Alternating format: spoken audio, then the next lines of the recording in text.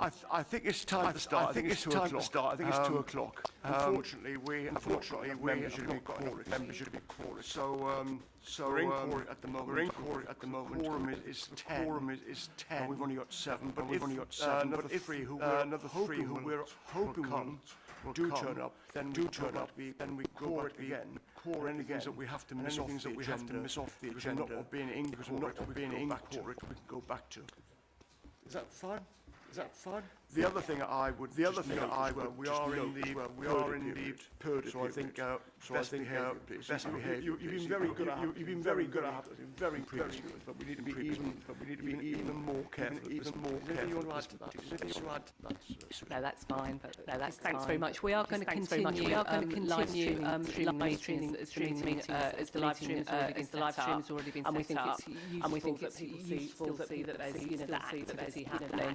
We will ensure that any kind of key points that you raise at this meeting that will be helpful to report authors gets raised informally with the report authors immediately after the meeting, and then the following scrutiny meeting in June, we'll ask the committee to recognise that these discussions took place and hopefully support any points that you made. I trust that's okay with members. So with that in mind, we've got some apologies for absence, which we will note. So the apologies are Chris Goodwin. Sorry, go on. I've received apologies from Councillor Chris Goodwin, John Holden. Is it Cecile? Yeah. That should come off. Councillor Barrier. Oh, sorry, no, yeah. So, sorry there. And Yvonne Cartley. Okay, so there are 3 who haven't sent their apologies, and that's why we're hoping that they will turn up. So therefore, as it's an informal meeting, we don't need any declaration of interest, do we? No. We can't approve the minutes because that's going to be in quorum. So we're really on to the strategy implementation plan, which is the report of Simon. Thank you. So, so you remember a couple of months ago you looked at a dashboard of performance for the Greater Manchester Strategy, and I'll come on to that in a second. What we've been doing over the last couple of months is producing an update of the Greater Manchester Strategy implementation plan. So we produced the Greater Manchester Strategy last year and produced an initial implementation plan which has covered a 6-month period. We're now been developing the full 2-year implementation plan up till 2020. And the format of it is very different than the 6-month plan. What we've tried to do is not to duplicate and replicate things that are in existing strategies, but to focus on those things which genuinely are transformational and the things where we genuinely need to make a substantial step change if we're going to achieve the 2020 targets. So we've said come to a format which you've got in your report, which is draft implementation plan. It's a kind of goes through each of the 10 priorities. And very clearly says what we need to have done by 2020 on the left-hand column for each priority, and on the right-hand column it says what we will have done in the next 6 months, i.e. by October. And we think by using that format we can really focus down on the small number of actions, small number of headline things that we need to do under each of the 10 GMS priorities, and then ensure by monitoring on a 6-month basis that there is action happening that means that those things are going to be achieved. We've tried to focus on those things where not where just one individual organisation needs to take action, but where there's action needed across the system as a whole. So actually they are genuinely things where there's the need for collaboration, there's the need for inter-agency working. And we've tried to be as specific as possible. So rather than talking about generally increasing skill levels or whatever, we said specifically what needs to happen in terms of actions that need to have happened by 2020 and actions that need to have happened by October. We've engaged quite widely so far. We've talked to the Local Enterprise Partnership, we've talked to the CVO, and we are now going to talk, or now talking to each of the 3 scrutiny committees before taking this for approval to the Combined Authority at the end of the month. And alongside that, we'll sit the updated performance dashboard, as I say, that you looked at, I think it was in your February meeting, and that's now been updated in the light of the comments that you received, sorry, that you gave, rather, and those, that performance dashboard updated is attached to the report as well. And that performance dashboard, along with the kind of update on progress on the actions, will occur every 6 months. So the next update, an update of dashboard, update on the actions we said we would have done by October, will happen 6 monthly. And as well, we will produce an annual State of Greater Manchester report, and again that will happen in October. Thank you. Question, but before question, for the 2 ladies who arrived slightly late. We are not quorate, and therefore this is more of an informal session. We need 1 more person to turn up, and then we are quorate. So, and we're hoping that Councillor Ahmed Ali will be coming, but we're not absolutely sure.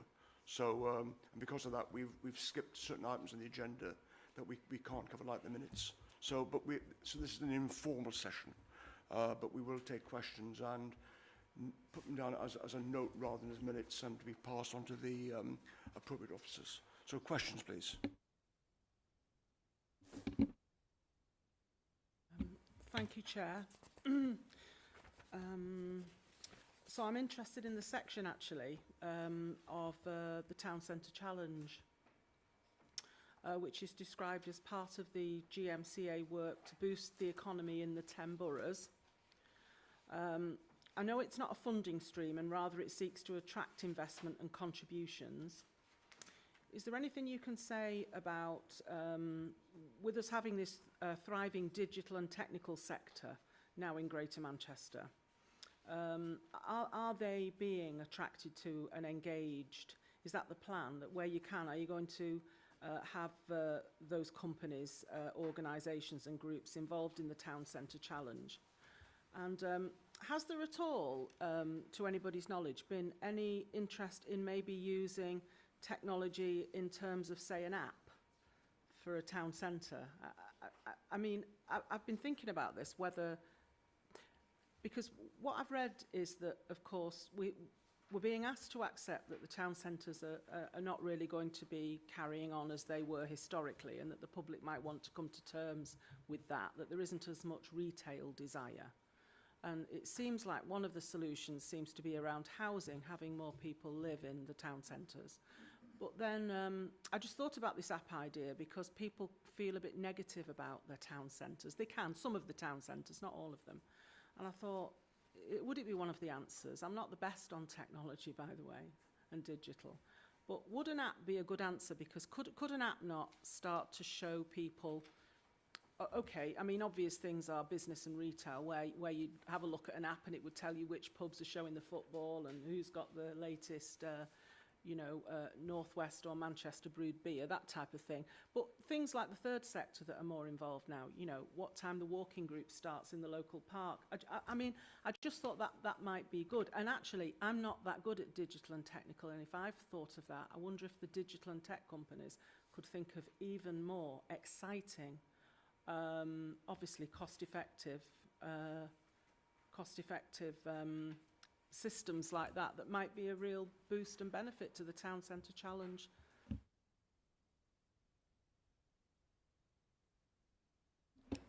Yep. So the Town Centre Challenge, as you say, is not about a funding stream.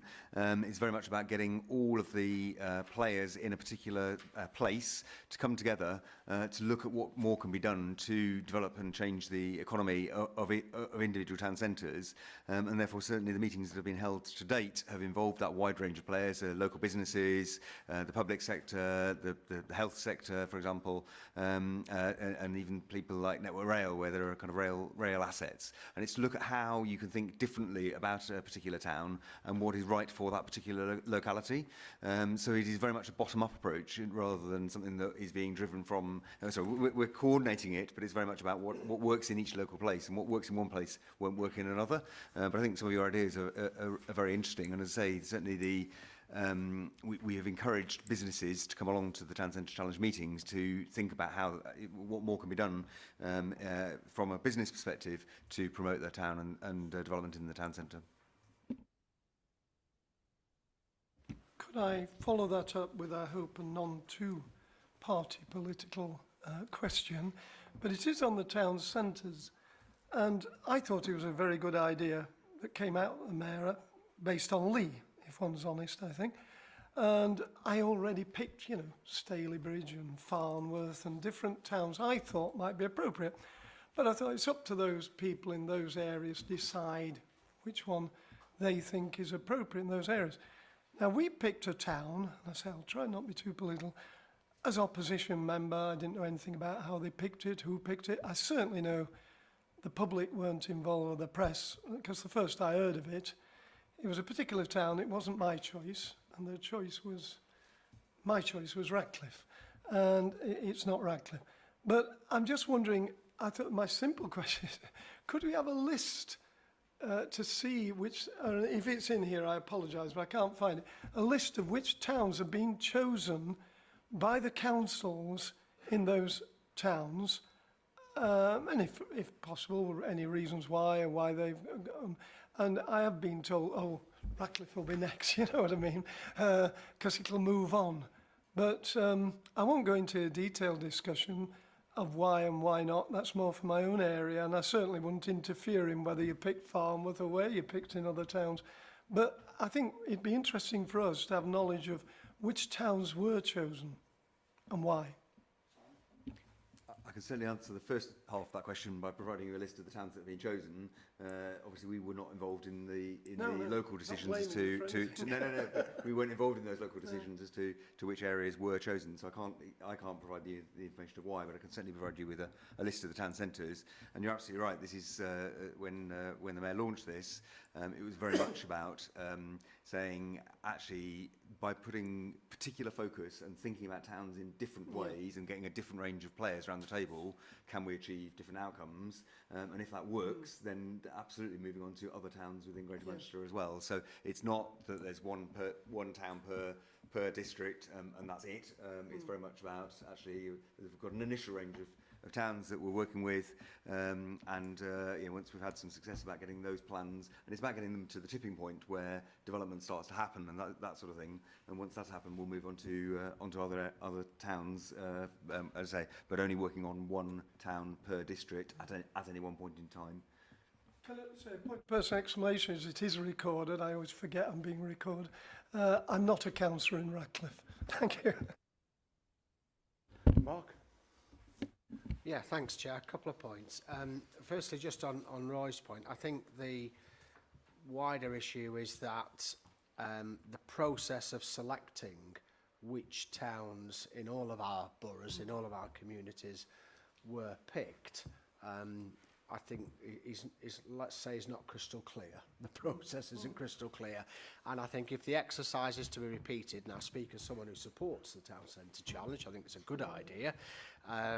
But if it is going to be repeated in the future, I think there needs to be a bit more transparency so we all understand. I have to say, in our case, in Stockport, it wasn't an issue. All parties, I think, are agreed that it should be Stockport Town Centre as opposed to any of the district centres. But I appreciate it is for individual districts, individual boroughs to choose, and that's why I think the process would benefit from greater transparency in the future. I also just wanted briefly to pick up on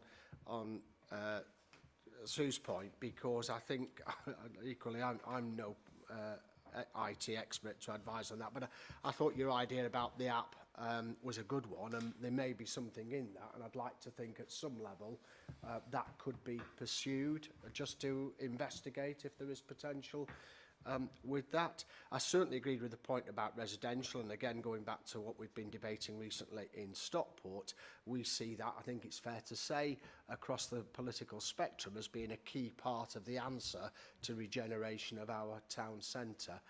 We might not be agreed on all the detail, but I think there's a general consensus that more residential in the town centre is a key part of what we're doing. So, on the, just coming back to the... Can I just interrupt a second, Mark? Yeah. Susan just made an interesting observation to me, actually, and that is that the fact that the Housing and Housing Planning and Environment. Committee is looking at this in more detail, actually, because it comes more and under their remit than our remit. But it obviously there is a knock-on effect in terms of, economic growth as far as we're concerned. Sorry, Mark. Oh, that's fine, thanks, Chair. Yeah, the issue about the remits of the different scrutiny committees is also an interesting one on which we continue to find our way through. And that relates to my next point, which is on the report that's been submitted that details progress against all the different priorities. There's a lot of good stuff in here and a lot of good progress has been achieved. It would be churlish not to recognise that. But you'll forgive me in the time we have if I focus on the ones where I think there is concern, and that would principally be in priority 9, where, as I say, there's a fair degree of overlap with a different scrutiny committee. But here we have 3 red lights at the top of the page, and it indicates that progress isn't what we would want it to be, to say the least. And I just would want to ask for a bit more information about that. Who is it that's actually responsible for addressing the lack of progress on these issues? Is it our colleagues that in the Scrutiny Committee that deals with health issues?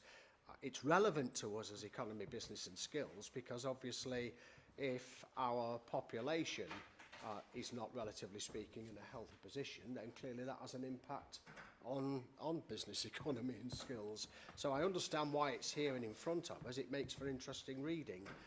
But this is one of those priorities where, frankly, I think it would be difficult to argue the progress is as we'd want it to be. That's all for now. Thanks, Chair. Yeah, so the whole of the Greater Manchester Strategy implementation plan and the performance dashboard is going to all 3 scrutiny committees, but obviously it would be for this committee to look at the detail of those that were in the remit of this committee, and there's obviously the other scrutiny committees will look at this particular priority, and indeed the Health Scrutiny Committee will look at this priority as well specifically. So that's we wanted to show everybody the whole picture, but then obviously it's up to the individual scrutiny committees to pick up the issues within their responsibility. Can I just add to that before I pass it to more questions? When I was on the board of the Pen and Acute Trust, which I left about 3 years ago, during that tenure we had a brilliant report that came from the Audit Commission and KPMG on health inequalities in Greater Manchester. It was an absolute real eye-opener, actually. And I suspect that there may not have been that much progress made on health inequalities since that point in time. And it may be something that could be looked at again. I mean, whether another report could be commissioned. Obviously, that was commissioned, I presume, by the CCGs in Greater Manchester. But it was a real eye-opener in terms of massive inequalities between various communities and various areas. And I think that might be something that we should be looking at. And as Mark says, I mean, there is an impact. It's quite interesting. As in 2 of the supporting indicators on children starting school ready to learn, 2 of those again are in red, which is, it's mothers smoking and, dental extraction with decay as the primary diagnosis among Greater Manchester children. So again, I think it's a whole area. So whilst it is not directly our responsibility, there is clearly an impact in terms of things that we're looking at, in terms of education, in terms of employment, in terms of business growth even. So perhaps that can be taken on board. And the final thing is before... Sorry, go on. I don't know whether there's an officer down there that might know something. Oh, right. Okay. It's not what I expected to be answering, but just to say that I work for the Health and Social Care Partnership in the Population Health team, and I'm here today to talk about health and employment, but there's a whole range of work going on through the Population Health Plan around oral health, smoking, etc., which will speak to the priorities and the reds that are here. So I wonder if there's something we need to do further down the line in terms of bringing that information on that to this committee to give you some more detail.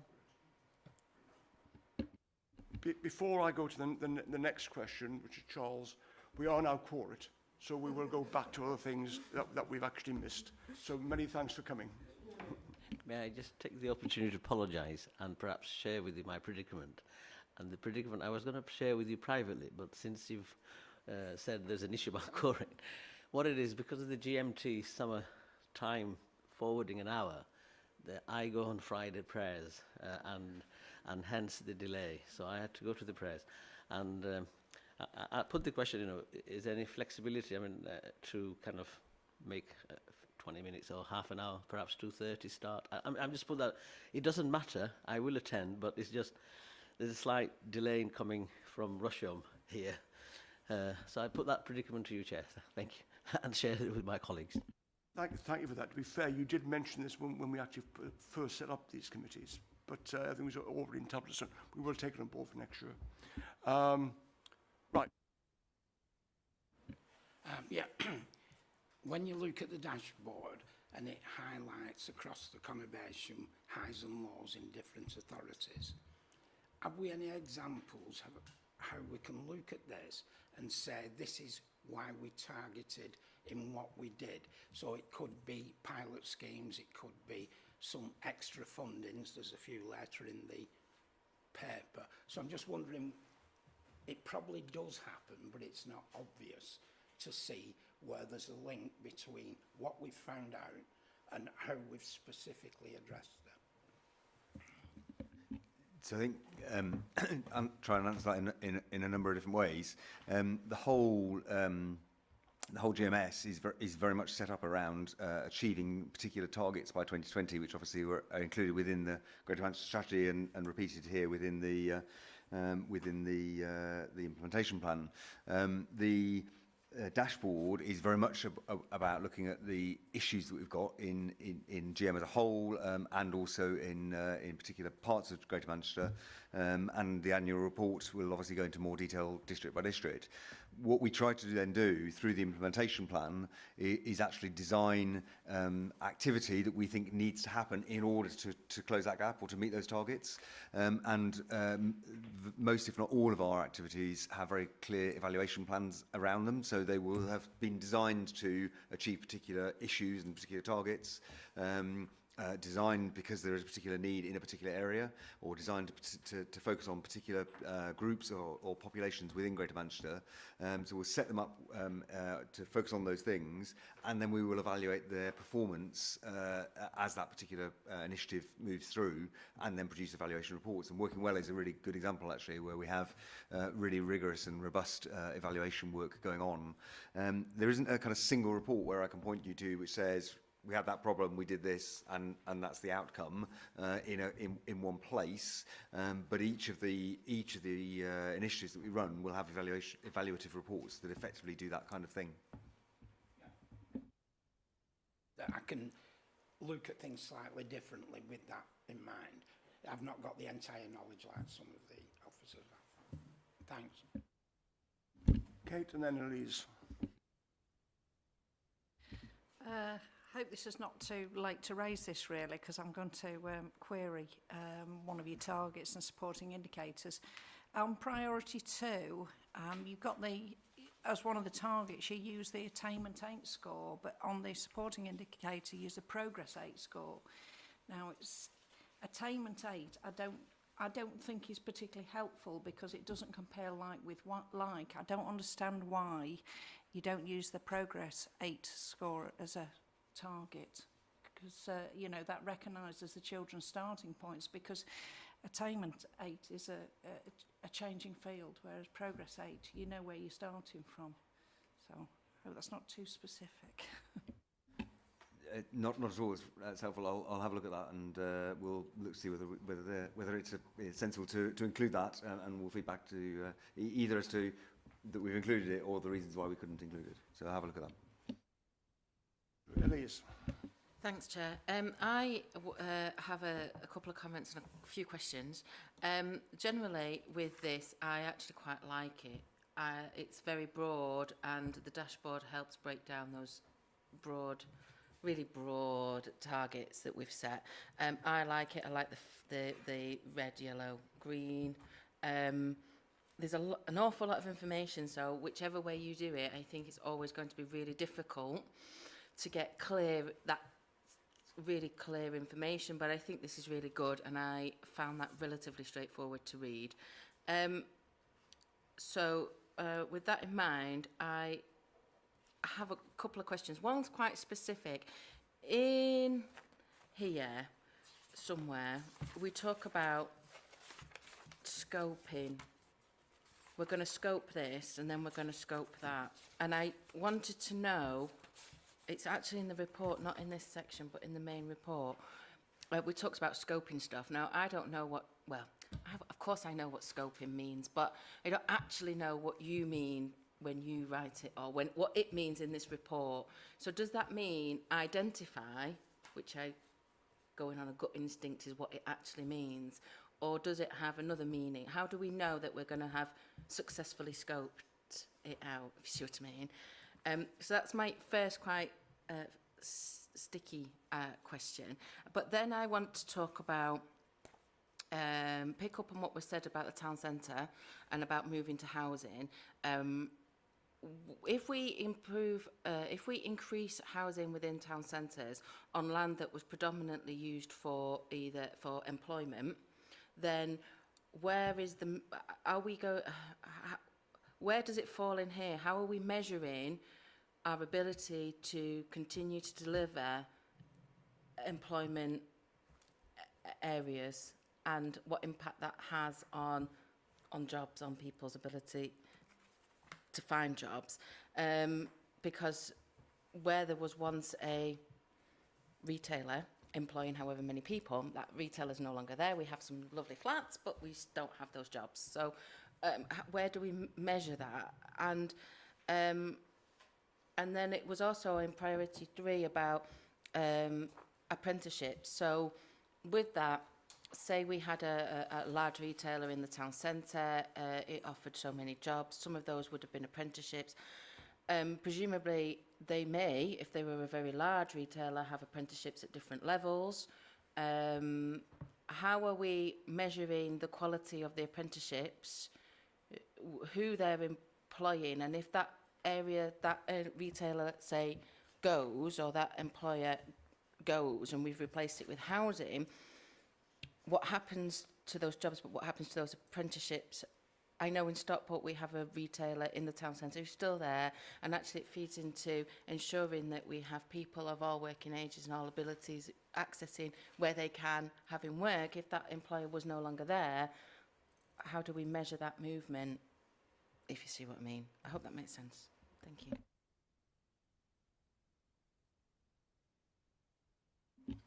Let's try and pick up on those points. In terms of the use of the word scope in the main document, I'll have a look at that because it will depend on the context in which it's used slightly. So quite often we're talking about scoping out a new programme, which means that we'll actually work out what that programme would do, the nature of it, and effectively have a full plan for that programme to be delivered. On other things, we would be scoping out the potential to do something. So I'll have a look at the wording and see whether we can't clarify that within the wording of the report. Just to pick up on that, it's more to do with the fact that if somebody, some ordinary normal person in Greater Manchester wanted to find out about this and they had to read that, it means nothing really to some people, and it means an awful lot to everybody. That sounded awful, like I was just dismissing all this work. It's not that. It's just, it's very hard if you're coming in and you don't know what we're talking about to understand what that actually means in any real sense. Now, that said, you've still got to find a word, haven't you? So I appreciate that. So. No, I absolutely understand what you're saying, and in fact I was reading it again this morning myself and taking out some words that I think are still ambiguous or acronyms that we've got in there that people generally might not be aware of their meaning. So we will look at that and see what more we can do. There is that kind of balance between keeping it reasonably brief and kind of going into full explanations on everything, but we'll certainly have a look at that. In terms of the issues of employment land and housing land, obviously that is dealt with through the Planning and Housing Committee, but one of the things that the spatial framework is doing is looking very much at, and we'll come on to it later in our agenda, looking at forecasts of economic growth, looking at the demand for in terms of population, economic growth, jobs that are going to be in Greater Manchester, and then using that to think about the amount of land that we need for housing and the amount we need for employment. So those issues about the balance between employment and housing land, as they are dealt with through the Greater Manchester spatial framework, but that's why the agenda item on employment forecast is on the agenda, so I suspect we'll come on to that a little bit later on the agenda. In terms of apprenticeships, obviously there's been a lot of national coverage about apprenticeships recently and the decline in the number. In fact, I think there's a new report out today which raises concern over quality of apprenticeships and the extent to which companies are effectively training people at reasonably low levels, but yet badging things as apprenticeships. There is an institute, nationally there is an Institute of Apprenticeships which has responsibility for quality control of the apprenticeship system. So it is something that is controlled by national government, and because it's a contract between the employer and government effectively, there is, I mean, we obviously can do some things about it, but there is limited amount that we get involved in as combined authority in terms of monitoring the quality of apprenticeships, quality of apprenticeships within individual companies. There are some things we can do about it, that is something that we may well want to come back to when we next have a conversation about skills, and I'll get my kind of skills colleagues to give a more full answer on that particular point. Ahmed.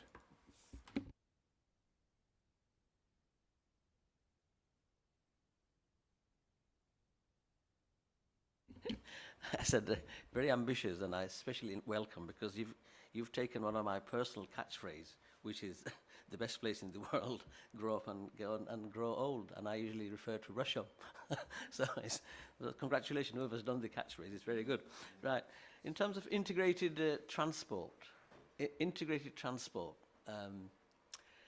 we've got issues around bus drivers, issues around strikes, issues around sorting the transport out so it's more amenable to people to travel in public transport, and the idea of walking, cycling and using the public mode of transport is one of the key thing to reduce carbon, etc., etc. So where are you, where in terms of GMCA and its approach to create that in terms of an action plan, do you see something tangible to say this is going to happen by, well, it's between 2018 and 2020. So any idea of what, how and when this is likely to take place, and what's the GMCA doing with it, with our bus services?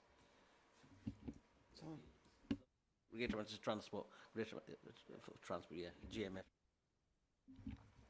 So we can ask our Transport colleagues to give a kind of fuller answer to that question, but obviously all of the work of Transport for Greater Manchester is very much focused on how you create an integrated transport system for Greater Manchester, and it's something obviously that the Mayor has spoken specifically about. The Mayor has set up I'm trying to find the right phrase for it, the Mayor's Transport Board, which is looking at pulling together the providers of different elements of the transport system to have a conversation about how those work better together and drive and oversee continuous improvement. And there are a number of plans that have been launched recently around congestion, for example, and air quality, all of which are obviously about the overall transport system. Smart ticketing is part of that overall plan, and ultimately all of these things come together through the 2040 transport strategy for Greater Manchester that is being driven forward by Transport for Greater Manchester. So short answer to your question is there is a plan about how we integrate transport in Greater Manchester and the investments that we need to make in order to do that and achieve that over a period of time. Some of the things are reflected in Priority 5 in the implementation plan in terms of what we will have achieved by October 2018, and the more detailed plans are available through either the transport strategy or, as I say, we can get kind of further information from Transport for Greater Manchester. Just to add to that, I again have been prompted to say that the Housing, Planning and Environmental Committee are looking at this, and in fact buses are on the agenda for the next meeting. Any more questions? Well, I've got a few, actually. First, an observation, Simon. Thank you for taking on board my observation about taking as one of the key targets the proportion of key stage 2 pupils achieving the expected level of achievement. I think that is so important. You've taken that on board and amended the priority 2 because of that. I found, again, this very helpful, and some of the stuff I think, again, in the main body of the I found very helpful. But what I couldn't get my mind around was the linkage between the two.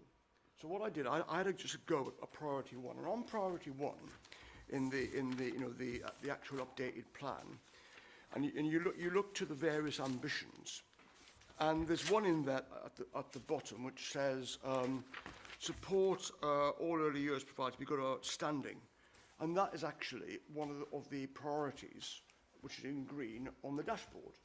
But all the other items are not on the dashboard, and there are different things in a way, and I just would like to understand how we can better link in the performance dashboard with the actual strategy. There's some great things in the strategy. Again, I like that format that you got there.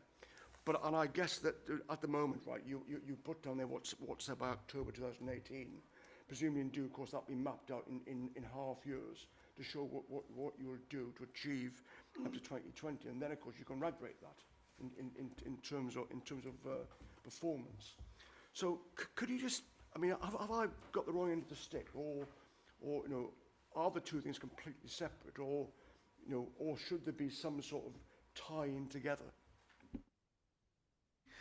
No, the two are absolutely linked. What we are saying is that we believe that in order to achieve the targets that are set out in the dashboard, these things on the left-hand column are what we need to have done by 2020. So, for example, one of the targets is by 2020, 70 fewer very small babies will be born every year.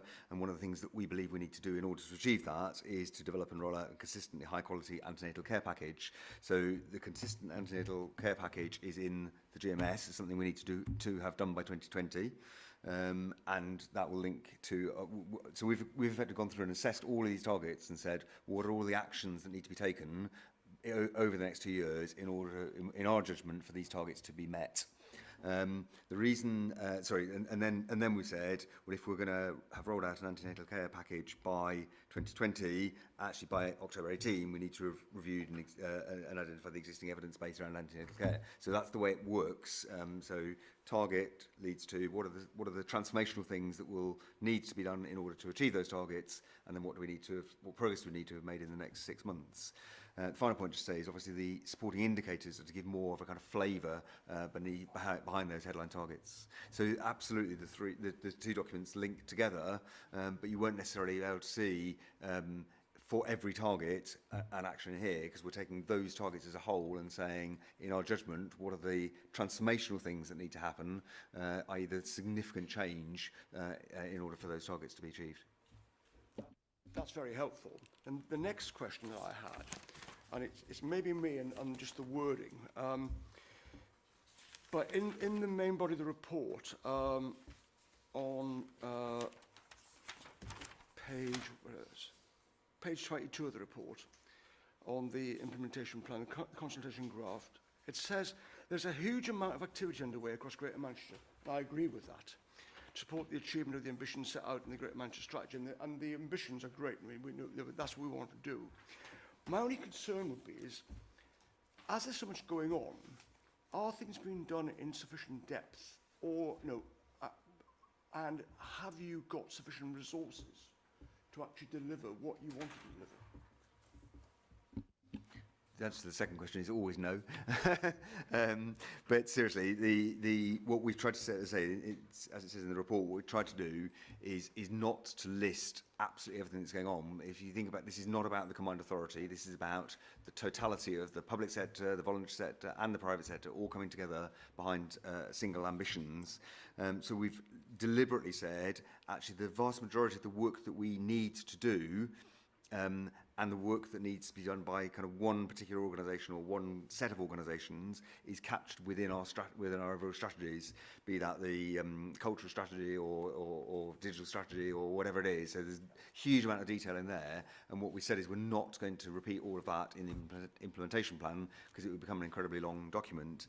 What we've tried to say is actually, in our judgment, given those are the targets that we've agreed, and given the work that we know that's going on, what are the small number of things that we really need to pull out and say, unless we do that differently, collectively across the whole system, we will not achieve that target. And that's why the things that we've chosen are in this document. I guess the question is, are we doing too much and not focusing enough? This document is a way of trying to get us to focus on what we believe are the really big things that will make that transformational change. And you're right, it is the transformational change that is so important. So I would agree with that. One very minor point. You do refer to, again on page 20, produce an Excel workbook as an annex to the dashboard providing district level data is where available. Work is ongoing, but an example given the priority one data is provided for information. Now, unless I've missed it, it's not in here, but that's not important, but I think it'd be useful to get that circulated to members of this committee. So obviously it is evolving, and I'm sure next year there will be more such information available.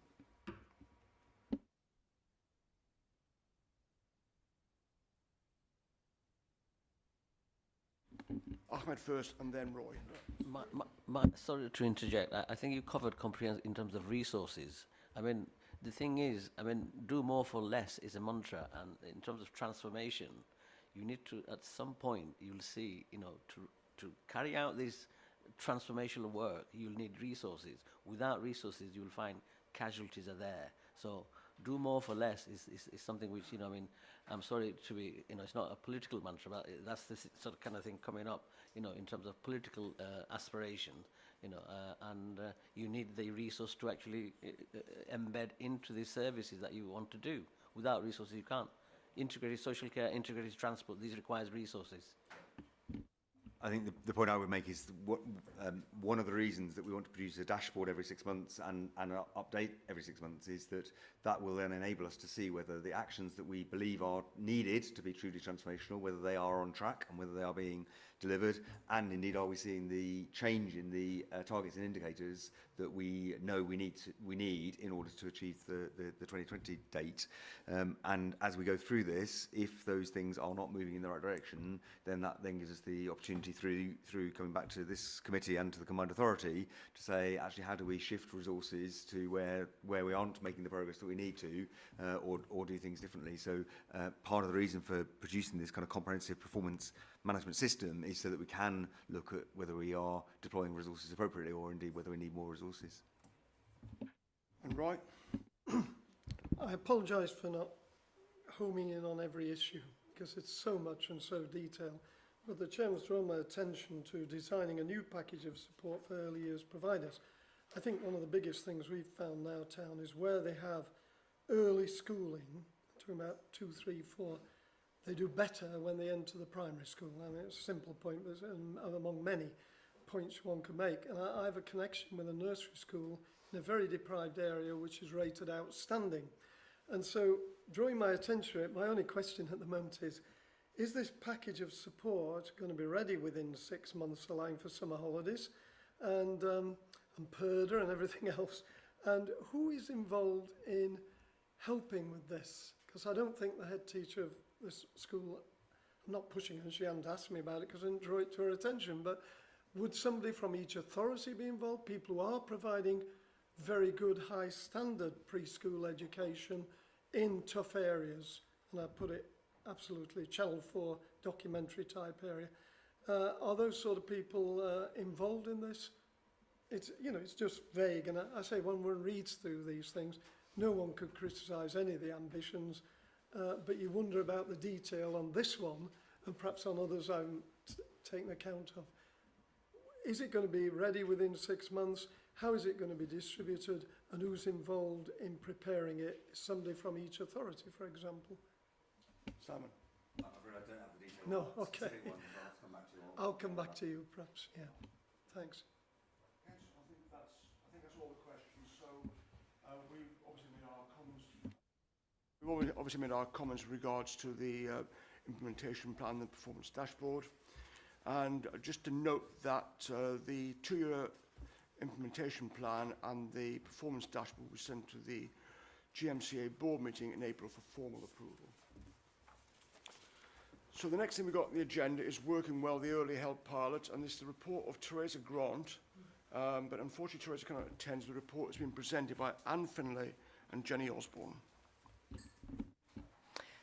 Thanks, Chair. I'm Jenny Osborne from the Health and Social Care Partnership, as I said before, working in the population health team on health and employment. I just want to briefly take you through what this programme is and why we're doing it and what we hope to achieve, who it's for and what it will do, what our approach to procurement is and our payment model, and also our approach to evaluation. I'd like to take comments from Scrutiny and to inform the next stage and ask you to note the recommendations in the report. So, why are we doing this? As Councillor Hunter, I think, and Councillor Holly both said in the previous item, the evidence of the links between employment and health are overwhelming. We need a healthy workforce to support our productivity ambitions. And what we know is that people in work are healthier than people who are unemployed. And so, for example, on the dashboard, the cardiovascular disease, if you're unemployed, you're 2.5 times more likely to have cardiovascular health problems. You're also more likely to smoke, more likely to drink high levels of alcohol, and less likely to be active. So you can see how unemployment contributes to our poor health outcomes. And I often say to our clinical colleagues that from a health perspective, if everybody in Greater Manchester had a decent quality secure job, I think we'd see our health outcomes improve massively. The links are absolutely clear and they're codependent as outcomes. And we've done some work on this over the last few years in Greater Manchester through the Working Well programme, which you'll all be familiar with in terms of supporting people who've been out of work for quite some time with health conditions to move back into work. And that programme has been very successful, but what we know from that is it's very, very hard to move people who've been out of work for some time back into the labour market. And in a sense, we're making that programme's job harder because we're intervening too late. And what we want to do with this programme is intervene early when people become ill and develop health conditions to try and keep them in the labour market, or intervene immediately when they become unemployed with health issues to move them back to work quickly. So it's part of the Working Well family, but it's an earlier intervention in that process. What we also know from the existing Working Well programme is the ongoing challenge of bringing the health system and work and health systems together. So with the advent of health and social care devolution and the strategy around that and the population health plan underneath that, gave us a real opportunity to put the health and employment agenda centre stage in terms of bringing those systems together and making it a shift from a kind of economic work and skills responsibility to a shared responsibility with the health system, and to influence how primary care, mental health, commissioning prioritise work as a health outcome for the people of Greater Manchester. What I'd also say to start with is what I think we're doing here in Greater Manchester is unique nationally. There's no area of the country where the NHS are investing several £million into a work and health programme like this. And it's generating a lot of interest up and down the country, both from other city regions and also from government. Government know there's a gap and they're looking to us to test what can be done in that gap. And just finally, as an introduction, even having this investment on the table through the NHS and reform investment, the fact of having a joint programme has started to create change. So within all the localities in Greater Manchester now, they've formed health and employment steering groups, which are bringing together health partners and work and skills colleagues to start to work jointly on a strategy around this. So in each of your boroughs, there will be a group that's looking at this and trying to bring those systems together. We've placed a great emphasis on locality leadership here. If it doesn't work in your locality, it's not going to work. So we've got strong locality leadership, and they've been very involved in the co-design process. So what this is a GMCA commissioning this programme on behalf of the system. It's a 3-year programme which, with about a maximum investment to the provider of about £6.5 million to support about 14,000 people over 3 years. 2 groups of people, the majority of those who would be in work but at risk of falling out of work due to health conditions, so off sick and struggling, or people who have recently become unemployed with a health condition and an intervention through Job Centre Plus to try and move them back to work more quickly. Currently, people can wait 18 months, 2 years or more for any kind of support from Job Centre Plus when they first become unemployed. The service is primarily designed to support employees of small and medium-sized businesses or those who are self-employed, and that's because 98% of our businesses in GM are SMEs, and we know that most of them don't have any kind of access to occupational health provision, employee assistance provision, and we want to fill that gap with this programme. We'd expect the largest group of people that we're dealing with to be people who are struggling with mental health conditions or musculoskeletal conditions, so back problems, and probably 50% of those to be in the midlife group, so people who are developing long-term conditions in midlife and are struggling to sustain their jobs. But we will pick up anybody with any health condition.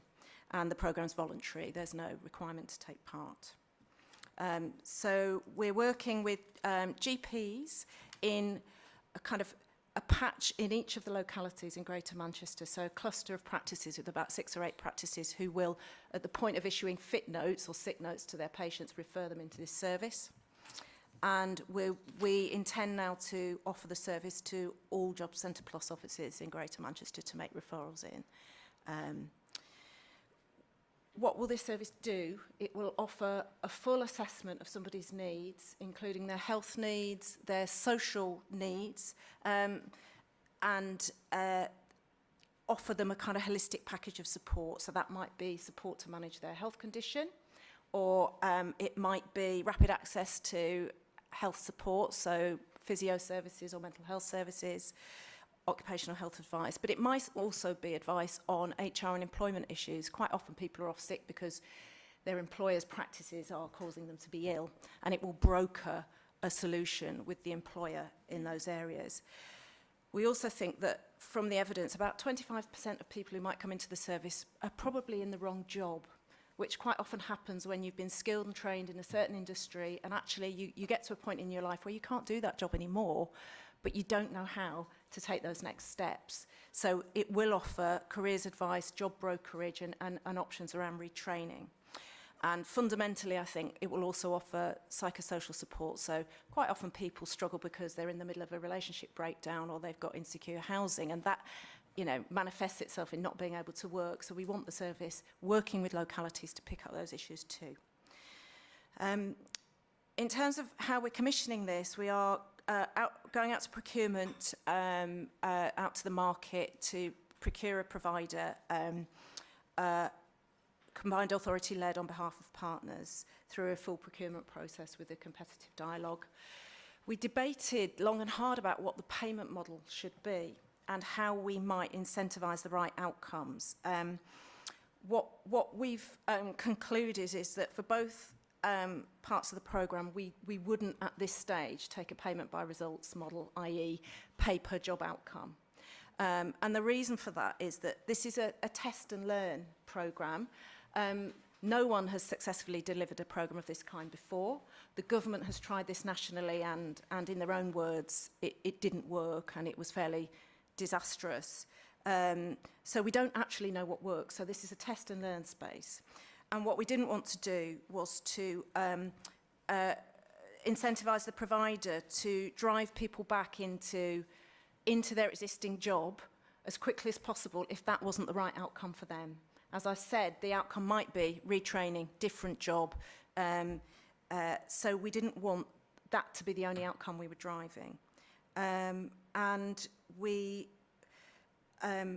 want to measure progress around a number of different domains. So yes, can we get people rapidly back into work, but also what impact does it have on their ability to manage their health condition and their ability to manage their life as a whole. So we're looking holistically at what outcomes this achieves, not just about can we get a person back into work. And that will help us to build our evidence base for the health sector about why it's important for them to continue to invest. Final thing to say really is that we are, because this is a programme which is new and innovative, we're taking quite a robust approach to evaluation. So we want to test whether it's worked. We're putting a significant investment into evaluation, both in terms of the impact of this intervention and the process that it follows. So we want to get the learning to inform future commissioning. And happy to take questions and comments from this group. Questions or comments? Couple First of all, your introduction begged the question, are people ill because they are unemployed or unemployed because they're ill? So if you'd address that one. My second question was more about, it mentions a few times in the report about volunteering, and I think volunteering is an important step to get people back into work. And there's been a lot of talk, although I couldn't see it in the report, about social prescribing. I wondered if that was part of it. And is there any thought been given around how to encourage more or reward voluntary work? I know where at my ward in Little Hulton we're just starting off a programme called Countercoin, where it's rewarding people for volunteering. It's not paying the money, but a currency which is local, which can be shared. So it's trying to use to support all sorts of volunteering activity and people starting off new business and that kind of thing. So hope that's they're useful questions on. Good question, the first question. I think the answer is it's a bit of both. So if you, quite often people fall out of work because they're ill, but what we think is that some of those people could be supported to stay in work. We know lots of people with disabilities and health conditions do continue to work. What we need to make sure is that the conditions are right for them with their employer and that they're appropriately supported, so that the onset of a health condition or significant disability doesn't mean that actually you fall out of the labour market. So that would be number one. But very clearly the evidence tells us that if you are unemployed for a length of time, you will develop significant health conditions. So if you weren't depressed, for example, when you became unemployed, you will be within 6 months or so of being out of work. And anyone here who's experienced a period of unemployment will know how your self-esteem and your self-confidence just goes through the floor, let alone the kind of impact on your income and the insecurity in your life. So I think it's a bit of both. It's both a cause and effect of poor health. So social prescribing is an interesting one, because I would see support for employment as part of social prescribing. That's not always how it's understood in different models, and particularly within health sector, they tend to see it as access to voluntary activities, community groups, etc. But for me, you know, those fundamentals around quality of your housing, the quality of your social connections, and whether you've got a secure and decent quality job are fundamental in terms of social determinants. So there is a lot of work going on with social prescribing, but I don't think employment has quite made it in there as part of the fundamental that you would want to see addressed in terms of somebody's holistic needs. In terms of volunteering, I agree with you. For some people, that might be the right outcome, and we don't have a very coherent way of valuing that in the system. So when we did our kind of engagement work with people with experience, a lot of people in their 50s particularly were volunteering, caring, looking after grandchildren, etc., and were not in work but actually working, doing things that we don't attach a monetary value to.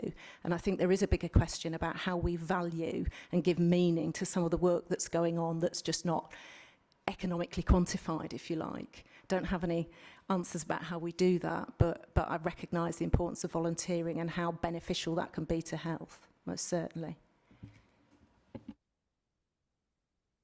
Thank you. Just to clarify, in terms of social prescribing, I was relating it to volunteering rather than employment. So the step being volunteering as a step towards employment. Okay.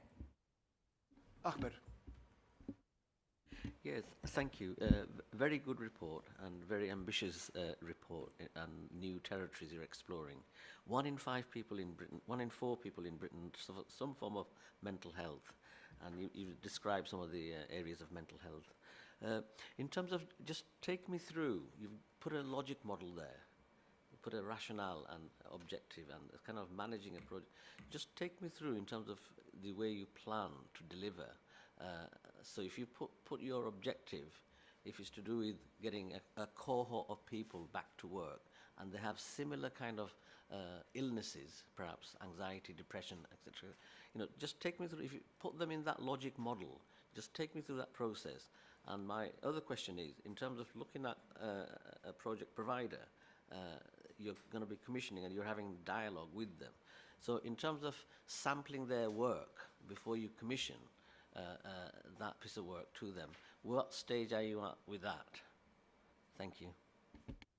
Okay, so I'll pick up the first one and then I'll pass to Anne for the second piece. If you, in terms of the process that people will go through and how this will work, if you've got the same documents in front of you as I have, page 79 in the documents, which is the kind of appendix 2 to the paper, there's a kind of participant journey. And so what that articulates is a kind of outline model of how people will come into the system via referral, self-referral, or referral through their employer or GP. How they will then go into a kind of initial assessment process, and then an action planning process, and then a case management process with the provider.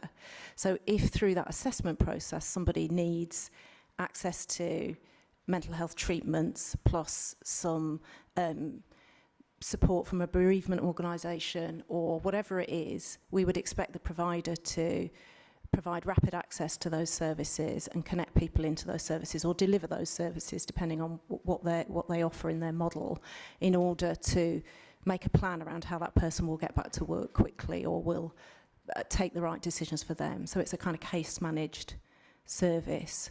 Does that answer your question in terms of the process model, or was it something else you were getting at? Thank you, Chair.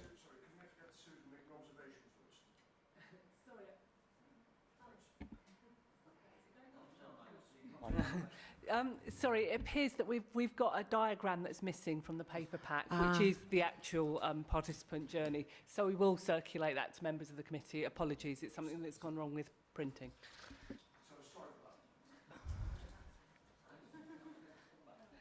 Partially it does. Mine was about drilling down to someone or a group of people. If you put them in your logic model, which is the text is missing, but the diagrammatic expression is there in terms of the logic model of running the project. So perhaps you said Anna, is it Anna? Anna would explain. I was thinking of more specifically, how would that group and what sort of outcome you'd expect from the provider? So the logic model, applying the logic model for the provider. That's what I'm trying to get a sense of that. So in terms of the outcomes we would want to see, we will be testing through a kind of comparator group whether or not intervention from this service results in people going back to work more quickly than they otherwise would have done. So, and what we'll be quantifying is how quickly do they go back to work as opposed to the comparator groups. How much does that therefore save in terms of cost to the employer? How much does it support business in terms of being able to sustain the business? How much do we save to the health system by somebody not repeatedly going back to their GP for fit notes, etc.? So what we'll be looking at is how quickly does somebody go back to work? Or if that's not the right outcome for them, we'll be measuring a range of other outcomes in terms of whether or not they go into other training or other opportunities, etc. So we have got a logic model and a theory of change, and if it's useful to this committee, we can circulate that. Thank you. Elise.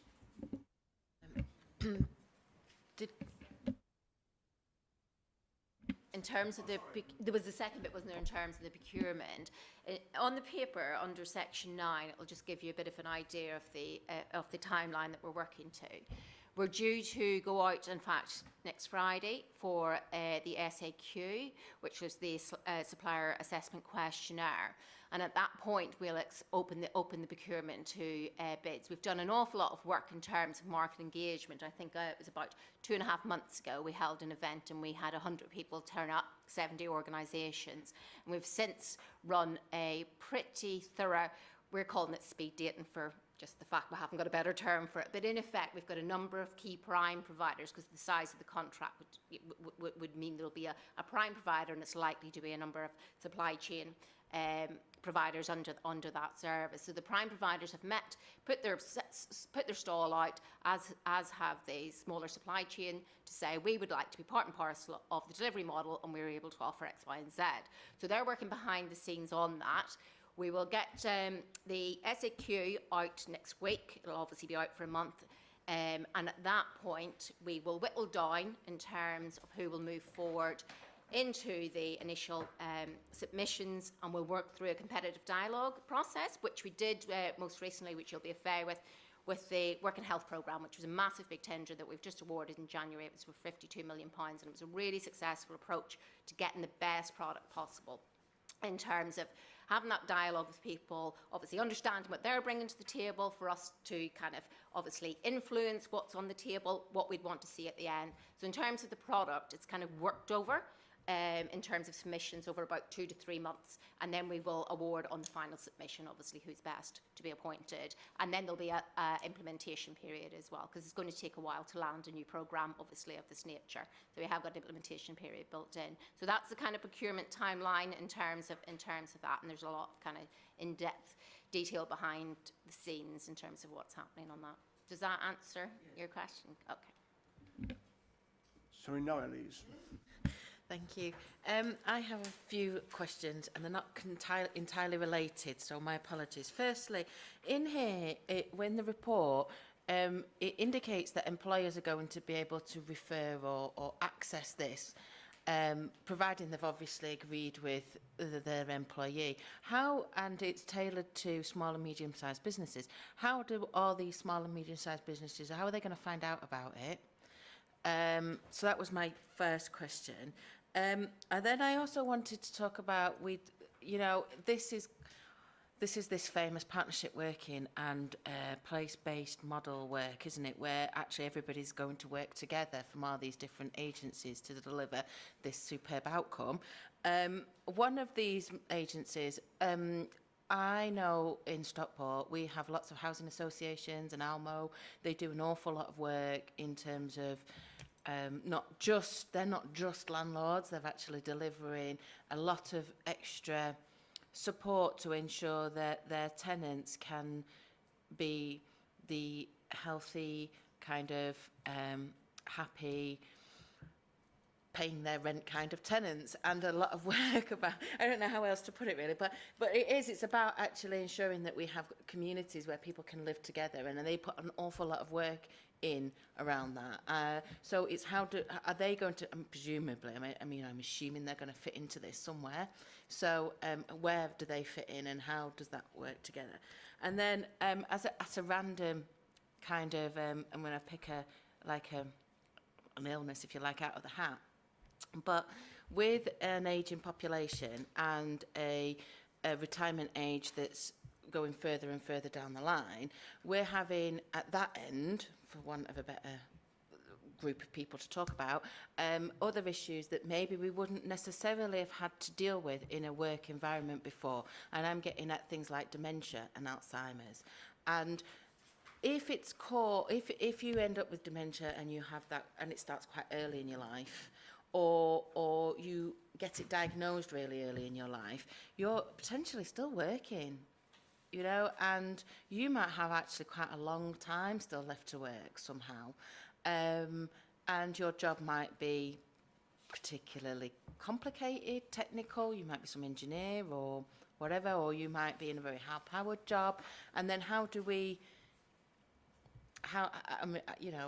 if you could talk to us about that specifically. I realise I'm being quite specific now on one particular illness, but I thought that would be quite useful to hear about. Okay, so first point was about how are employers going to get to know about this and SMEs. So we are working with the local lead in each of your boroughs to work through both their local contacts in terms of their employer contacts, and work with them about which sectors would you want to target, which SMEs do you work with already, what are your business networks, etc., and how do you want the provider to work with you in your local area to focus on particular businesses. So it will be partly around determined by the local work and skills leads and others in a borough about how they want the provider to shape and focus that work. And we will also be requiring the provider to do the marketing, go out there to businesses and target businesses themselves. So that will be part of what our expectation is of the provider. But as I say, there may be particular sectors, and we do sometimes get feedback from GPs that say, well, this firm down the road, we see loads of people with X problem that come in here because of this working practice of this firm down the road. So we might get some intelligence there, which might help us to shape and target the work that we can do with local businesses. Secondly, housing associations and support to tenants. I think with the best will in the world, this service, which I say is new and is a kind of test and an experimental provision, can't deal with the volume that we've got in Greater Manchester that have these kind of issues. You know, we have a huge number of people who fall out of work every year. So we're not proposing that this provides a service to every single person who might need it in Greater Manchester. And so we recognise that housing associations do deliver some of these kind of services themselves, and we would want the provider not to duplicate but to work with what's there. And not everybody is a housing association tenant. There are many people living in owner-occupiers or private sector. So we can't cover everything with this service anyway, because the contract price just isn't big enough. So it will be mixed provision, I think, and making use of what's there, like the services you describe. Finally, the ageing population. This is a really interesting one, isn't it? And I think actually in the whole of our consultation, people raised lots of issues about particular conditions, but nobody raised about Alzheimer's or dementia, actually. So it's really interesting that you should raise that point. I mean, part of it comes down to what is it reasonable for that person to continue to do, and how might their employer support them, and having that kind of constructive dialogue and bringing in expertise in terms of the clinical input from that person's care team if they've had that diagnosis, but also the expertise of the Alzheimer's Society, etc., to look at what is it feasible for that person to continue to do, what is it reasonable for the employer to do in terms of offering alternative options, etc., and working on an individual case-by-case basis to work out what's possible to keep that person, if that's what they want, in work as long as possible. Because as a local economy, we do need people to stay in the labour market. About a third of our over 50s at the moment are not in work, and that's an enormous proportion. So we do need to find ways, and it will be useful, and we'll think about that in terms of the evaluation, to think about, are there particular types of condition or disability that are presenting challenges that the evaluation needs to kind of pay attention to, and those kind of degenerative conditions might be something that we look at.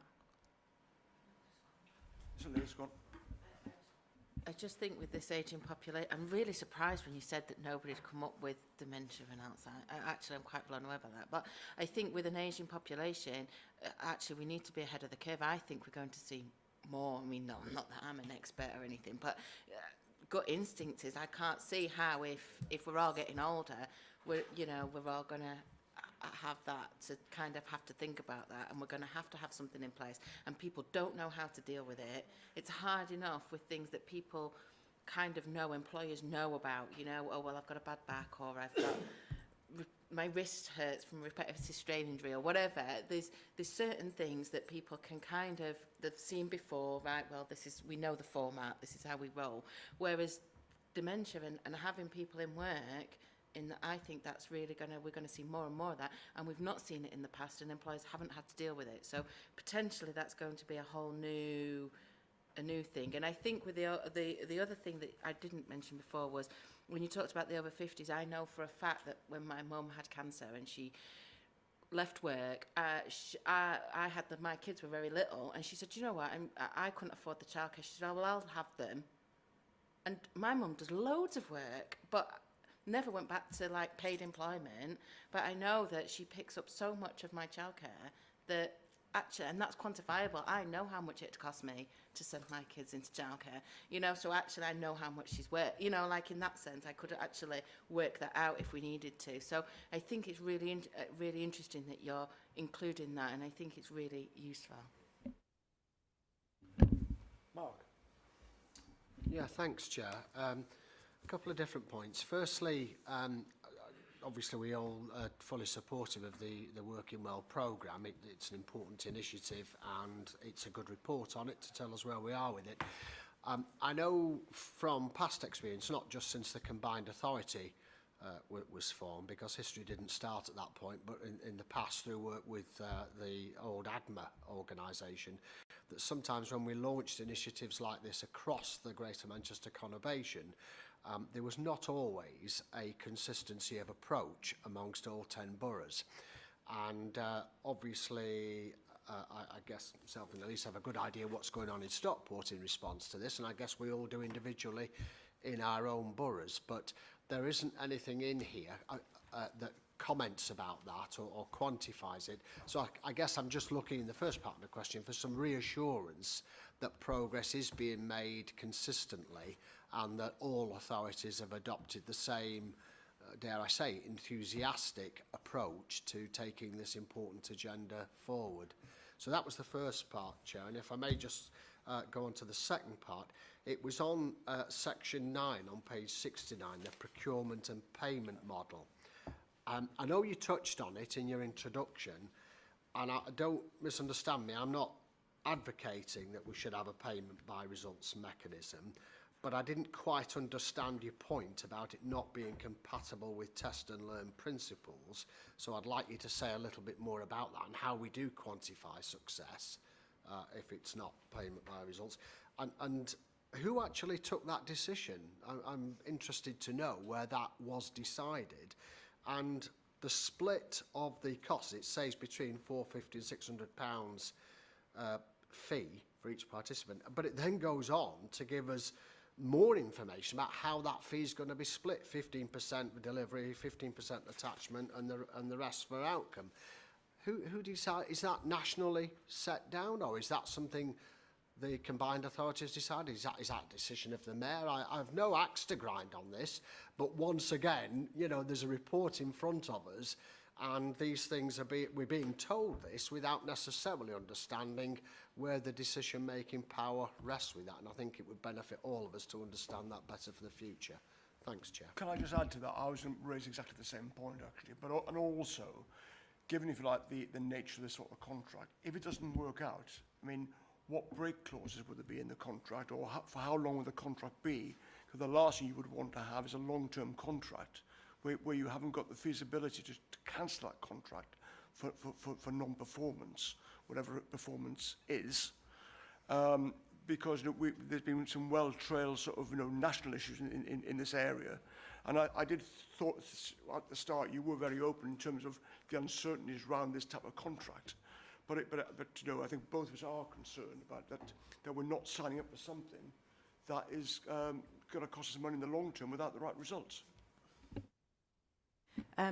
I'll just pick up your first point about the localities and some assurance around that, and then I think Anne can pick up the question about performance management, etc., and break clauses, contracts, etc. So we've spent the last year really developing work with localities in terms of what they would need to have in place and how we would need to work with them if they wanted to participate in this programme. So we made various requirements of localities, and one was that they took this through their internal governance and got their own governance and leaders signed up to this through health and wellbeing boards, etc., CCG committees, etc., so that we knew that we had senior buy-in, because we knew that without that we just wouldn't have the level of support and traction that we needed. We also asked them to put a local coordinator in place, which they did, and we also asked them to appoint a GP clinical lead to ensure that the kind of connection with the health system was there. So we set out various asks of them in terms of if you want to participate, this is what we think you'll need to do. And I'm not saying they all did it at the same time, and it wasn't a kind of patchy journey in terms of getting this off the ground in different areas, but we do now have fully sort of signed off agreements in place with each area about, you know, somebody is in place, it's been through their governance, we've been through various assurance processes with them. And what they're working with us on now is, for the specification, developing a locality ask and offer. So for each local area, there will be a description of which GP practices will be worked with, what the local employment market looks like in that particular area, who the key contacts are, how they want the provider to work with them. So we've done as much as we can, because as I said at the beginning, if it doesn't work in a locality, it's not going to work, particularly given the uncertainties around it. So we've really focused on that, and that was really where the national model fell down, is because it was a one-size-fits-all national model, and we've tried to do this as much as possible, sort of bottom up. Do you want to talk about the payment by results theory, and then we'll move on to the performance side of it? So in terms of the decision around whether we should go by a payment by results model, we have a health and employment board in place, which Teresa Grant chairs, and John Rouse, the Chief Officer of the partnership, also sits on. So when we have decisions that need to be made, we take the detail and programme oversight to that board. So there is some internal kind of senior level governance which oversees how we do things and how we develop our payment models. So that was the kind of decision-making process internally. No, we based that on previous experience, really, through the Working Well model, and Anne can probably say more about that.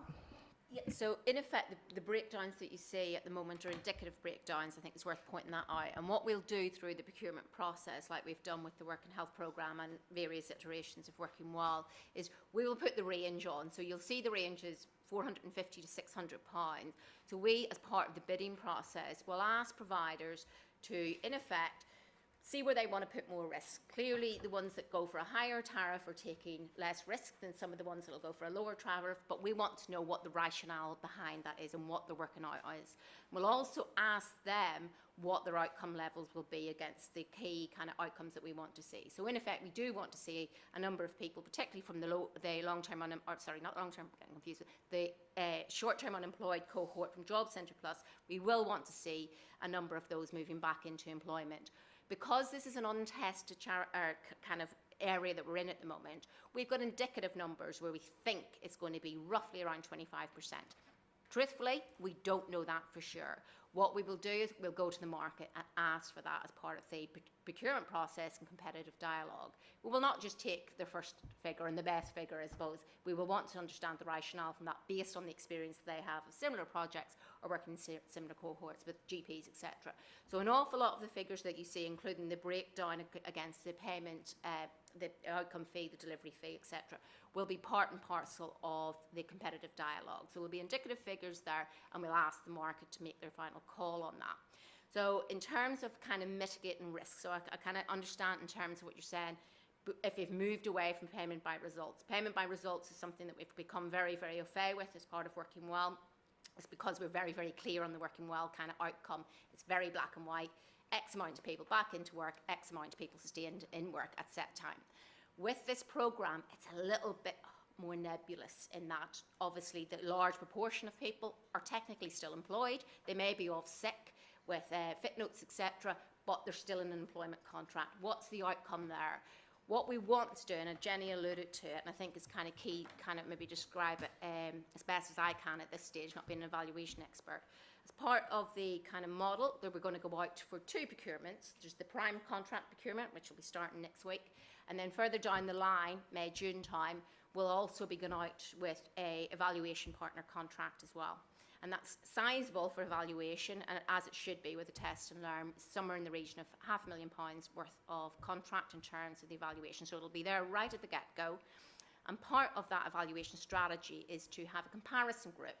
So there'll be a number of people, numbers to be exactly decided by the experts, that will in effect be identified as being possibly suitable for the service for GP practices that haven't signed up and are going to be part and parcel of the intervention and delivery model, that will be sent to, will volunteer and be part and parcel of the comparison group. So they'll have similar characteristics as those that will be getting the intervention, and then we'll find out from the evaluation strategy whether or not through the intervention people return to work quicker by getting the intervention or not, and that will give us the basis of which the outcomes are kind of, and that's your test and learn space.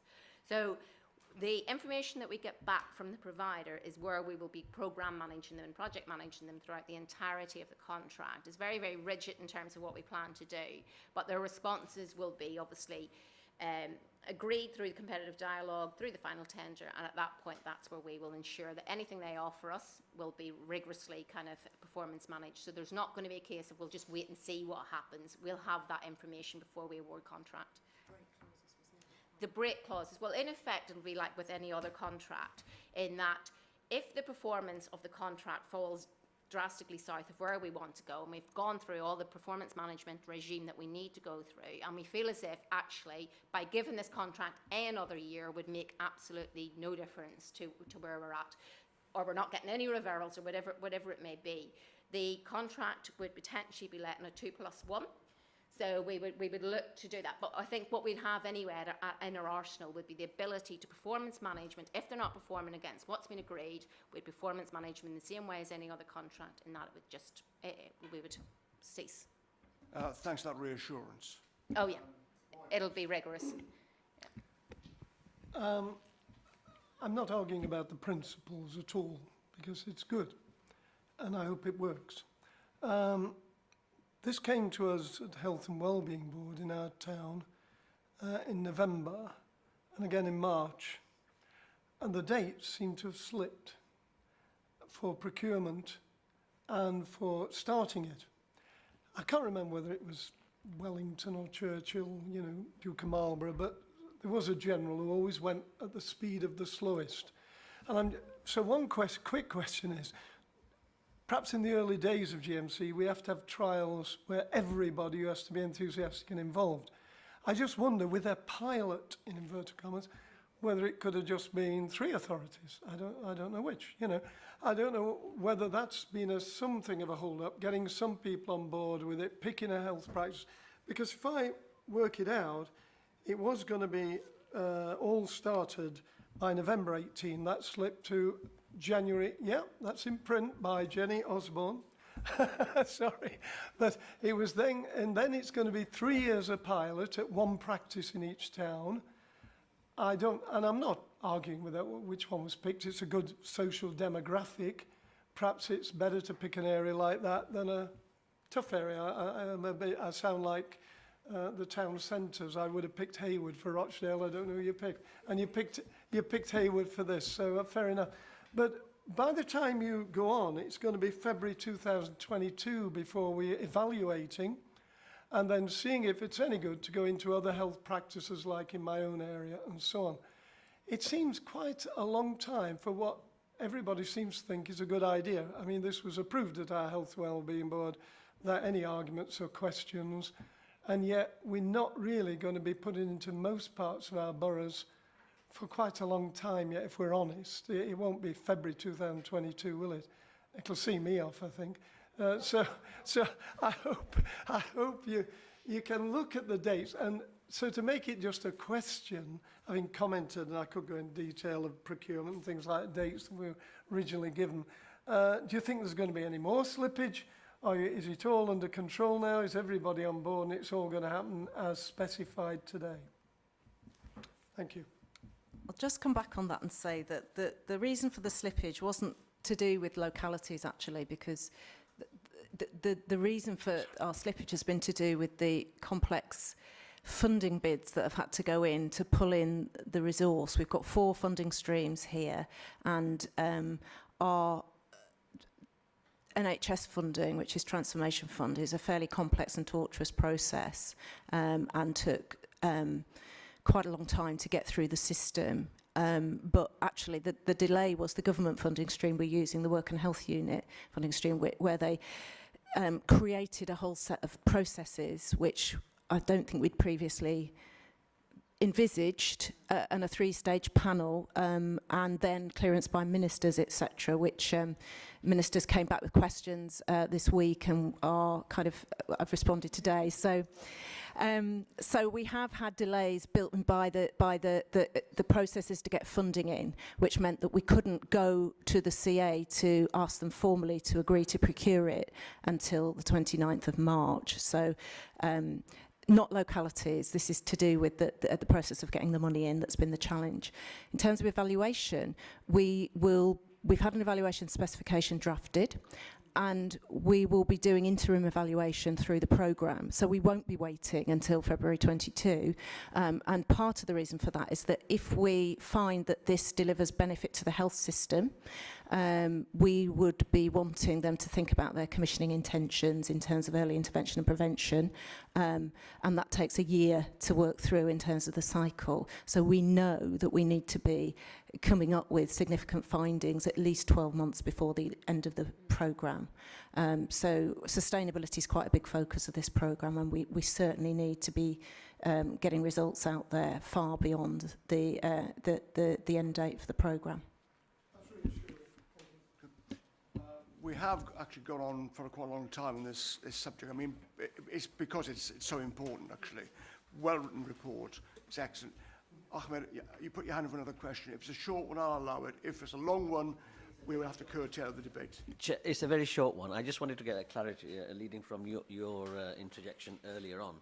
In terms of monitor and provider, and then you've talked about who decided on the 15%, it was the Health and Employment Board. Now, I just wondered in terms of structural and functions of the entire process, as you report to us. We are the Economy and Skills Board, Scrutiny Board. So just for the sake of clarity, do you think that there will be a project provider and there, on top of that there will be a monitor? Is that what you described? Have I got it wrong? In terms of, there's a programme office that are employed by the CA, which currently look after Working Well, and it's envisaged, obviously, that programme office function will grow to take on the responsibilities around performance management of this programme. What will happen is, much in the same as the governance for Working Well, because it is just the next iteration and the evolution of Working Well, the ever-growing Working Well at the moment.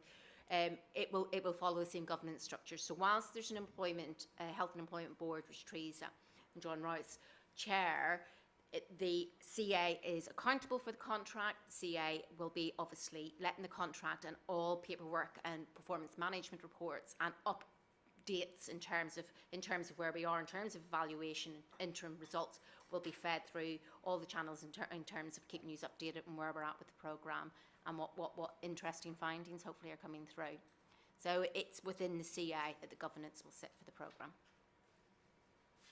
Now, on this report has already been approved by the Combined Authority, but on the understanding that they would take on board any of the observations that we actually made and comments we've made in this committee. So obviously those will be fed back in. The GMCA is going to proceed with the procurement of the Working Well Early Help Programme, which consists of two procurements, one for the service delivery contract, one for the evaluation contract, subject to the comments of our committees and also the health scrutiny comments as well. The Chief Executive, Eamon Boylan, and the GMCA Treasurer, Richard Paver, in consultation with Teresa Grant, Chief Executive Lead for Work and Skills and Chair of the GM Health and Employment Programme Board, have delegated authority to take the Working Well Early Help Programme tender and the evaluation partner tender to contract award. We note that the programme has been co-designed with localities and supported through local governments arrangements such as the Health and Wellbeing Board and the Health and Social Care Partnership Joint Commissioning Board. And we note that the procurement evaluation panel will be made up of Working Well Programme Office, local authority, local leads, Job Centre Plus, and GPs will be involved in the competitive dialogue part of the process, which is probably pretty thorough. So, so we just note those recommendations. Okay. Mr. Rouse's name on that list of important people? Sorry? John Rouse, is his name among that list of important people? Yeah.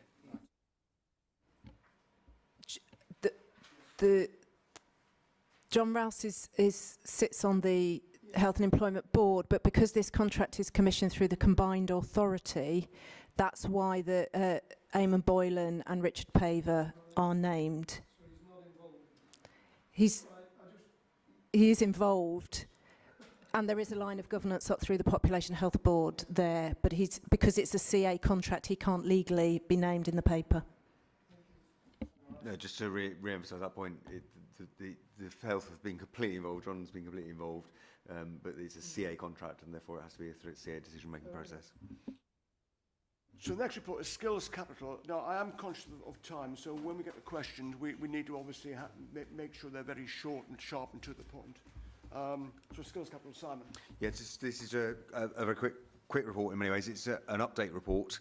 You will remember that we've talked to you about in the past about the area-based review, where we were looking at all of our FE provision within Greater Manchester, and we then had a pot of funding of £71 million that we had secured from government to make improvements to FE provision across Greater Manchester, linked to the results of that area review. We brought you a report previously to describe how we were doing that, and this is an update report where we've had a first round of applications into that fund, and you'll remember that we talked to you about three, and it's referred to. I'm just trying to find it's in the annex. In fact, there were three projects that we believe were appropriate to pursue in the first round of funding, which were the projects around Stockport Trafford merger, Bury College and Tameside College. The rest we said needed to come forward into a second round of funding. You will remember we brought to you the proposal around Stockport College, or told you that the proposal for Stockport College was going to go to the Combined Authority. That happened, and conditional grant approval has been made for 16 million for that project. The Bury and Tameside projects are progressing through their full application stage, and it's likely they will go for decision to the Combined Authority at the end of the month. The round 2 application process has now closed, and all of those applications, literally it was last week, all of those applications are now being looked at and will be evaluated, and ultimately will end up going through to the Combined Authority for decision for the remainder of the funding. The reason for bringing this to you here today was just, as I say, to give you an update on the process. Obviously, we're in a live procurement round, so we can't say that much about it because we're in that procurement round. But we wanted to make sure you were fully aware of where things have got up to.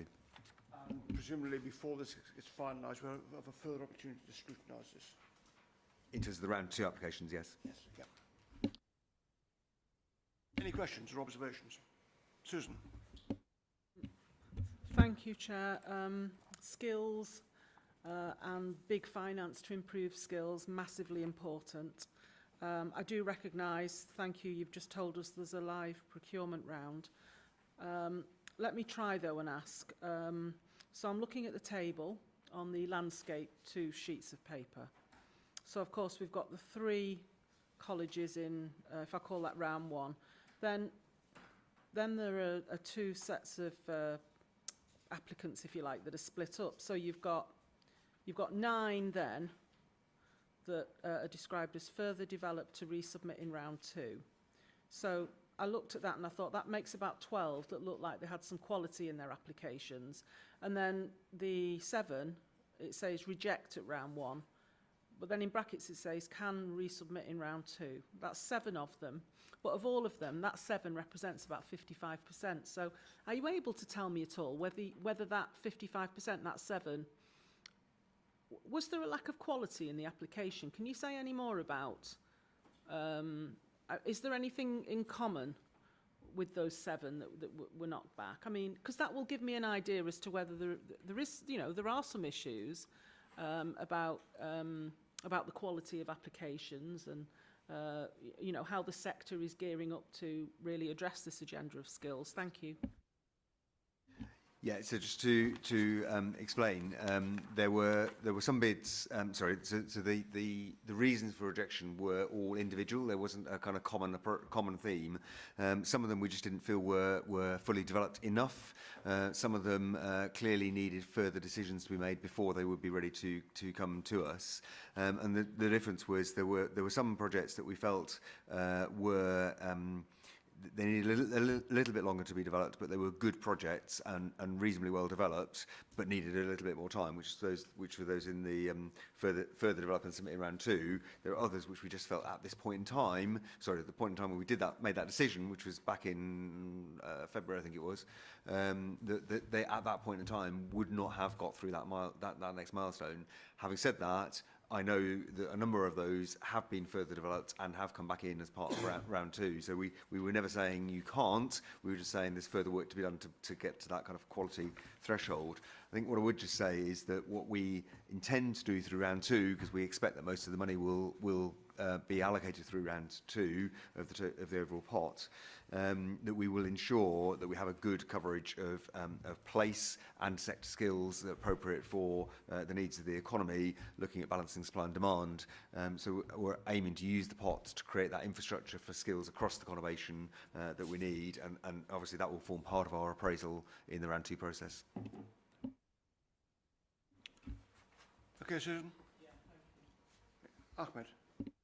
Just a quick one following from Suzanne's question.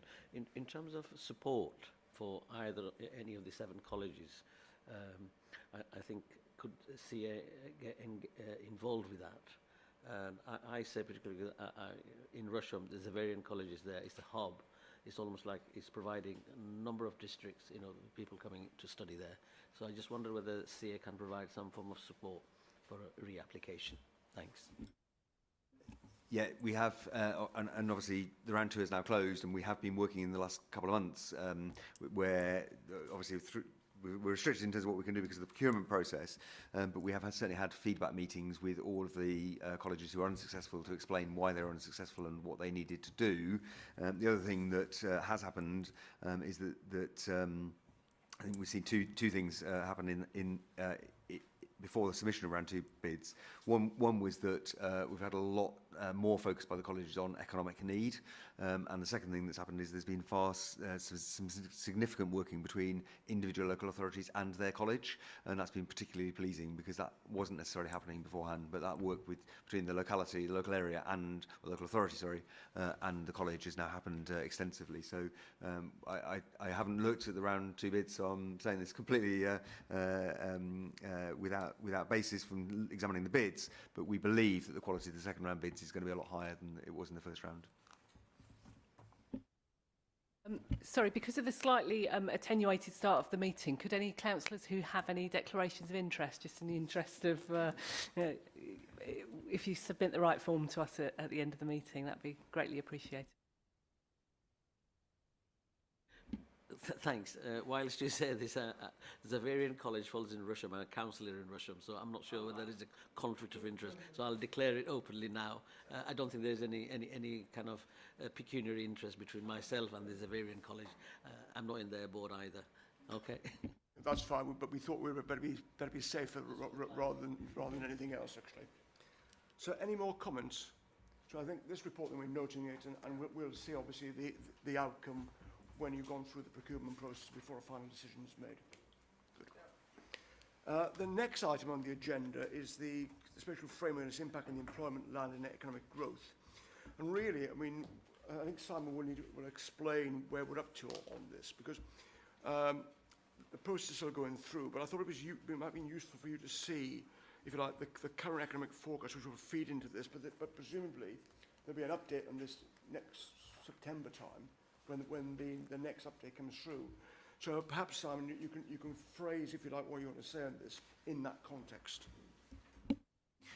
So I will. I'll introduce the report and explain the kind of some of the numbers in it in that sense. But if you've got any technical questions, I've got my colleague Rupert here who will answer any technical forecasting questions, because that'll be beyond me.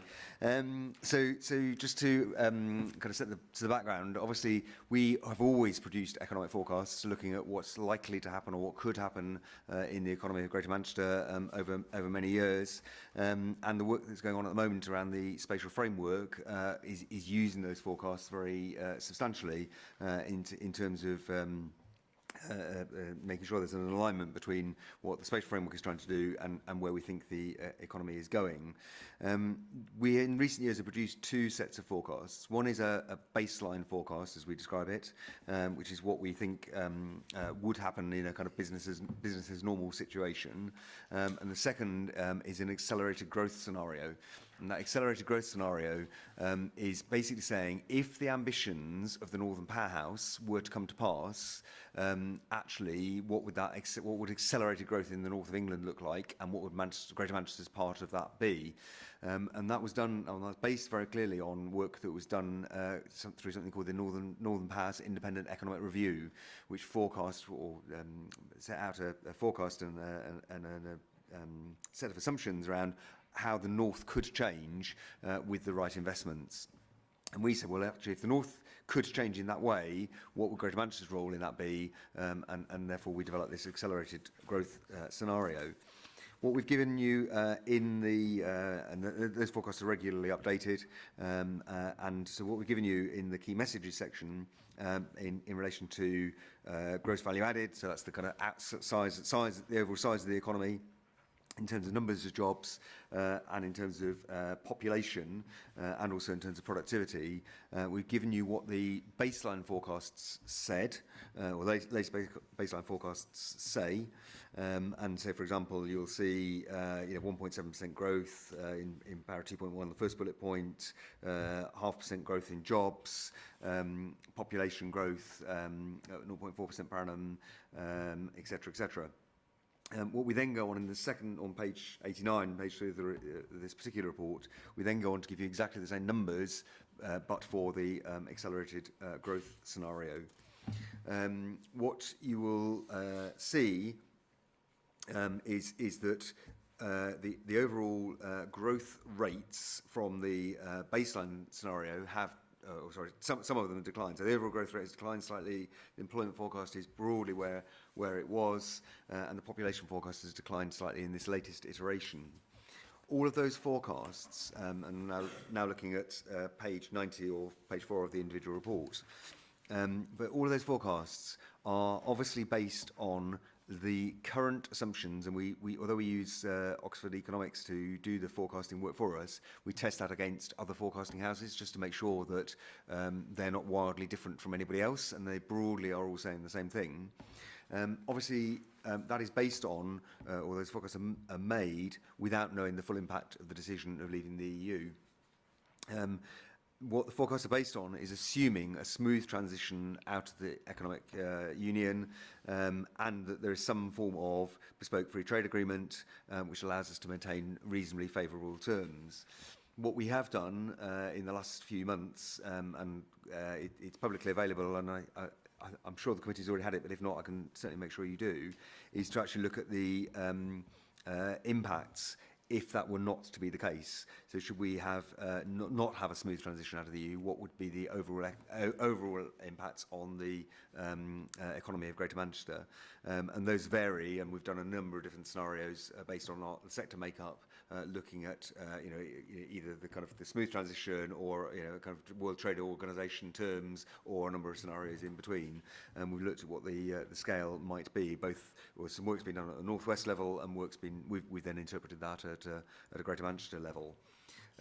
So this was to give you the latest information, to say that the numbers have shifted slightly from the previous set of forecasts, obviously reflecting the relative uncertainty of current forecasters based on kind of major decisions ahead.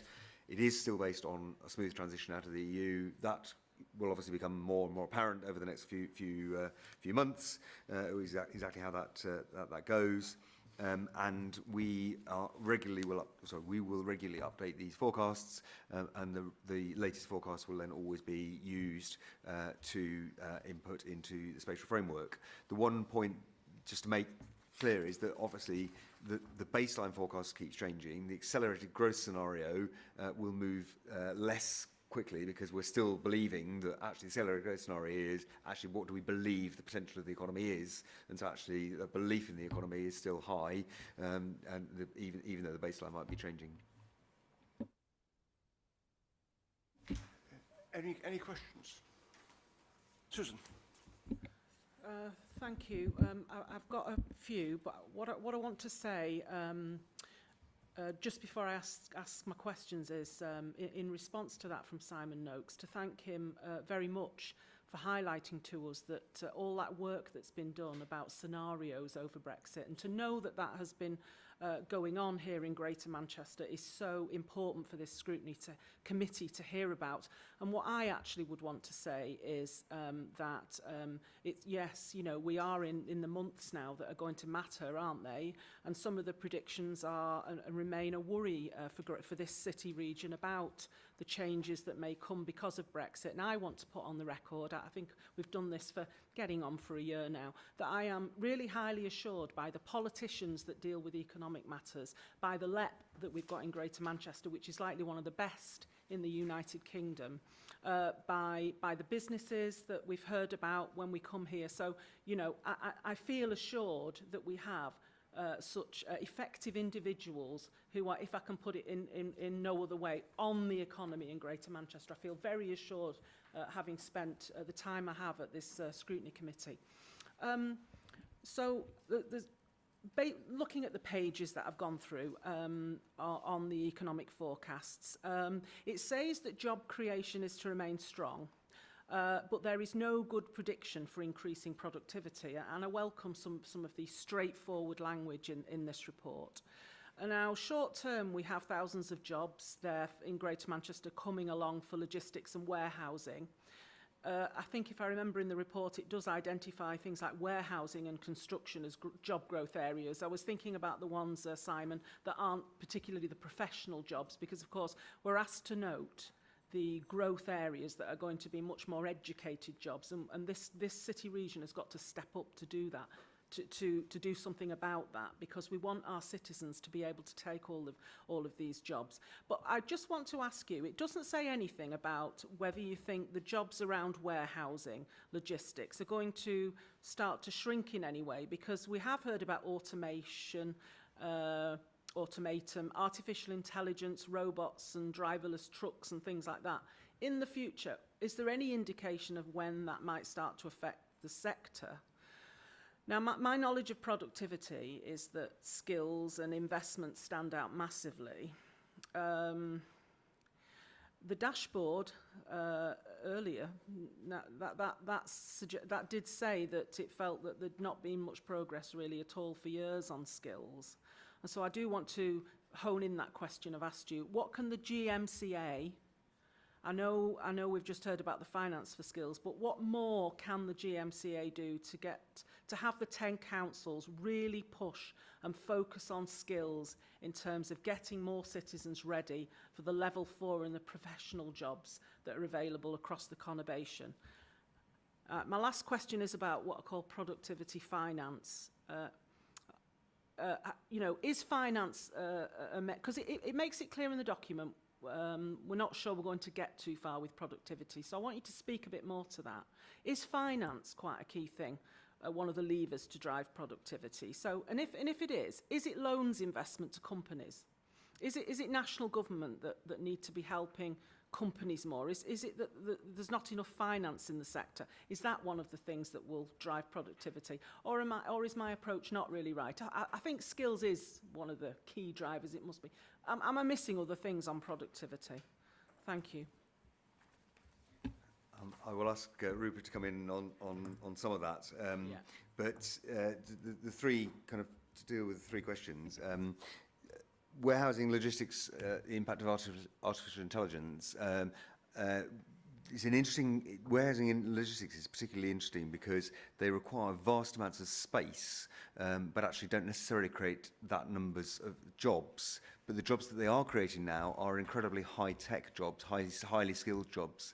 So actually, when you go into, and I don't know the details of numbers, but if you drive down the M62 and look at some of the developments that have happened at Omega, for example, vast sheds, but actually not that numbers of not vast numbers of people working in them. But the people who are working in them are highly skilled, and the same applies to other areas of modern logistics and warehousing.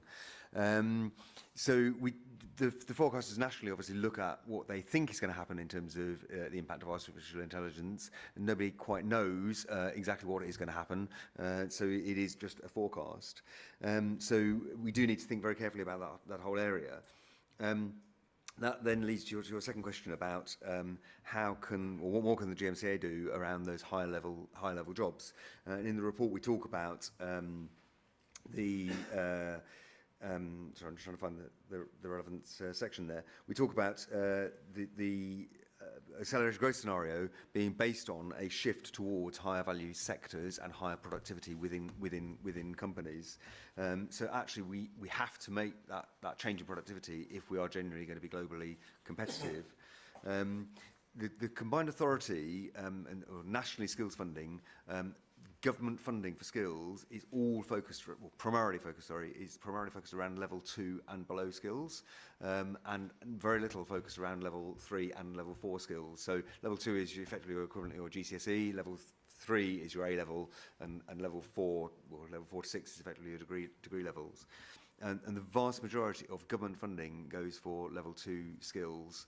When you get into level 3 and above skills, you're talking about loans to individuals, or you're talking about the apprenticeship levy, which obviously are paid by companies and then used to train individuals. So there is limited amounts of things that we can do as a public sector in terms of finance for skills at those higher levels. What we are trying to do, and through the devolution of the adult education budget, that is one mechanism that we will have from next year, which is roughly about £90 million, or will be £90 million of funding that we have within Greater Manchester.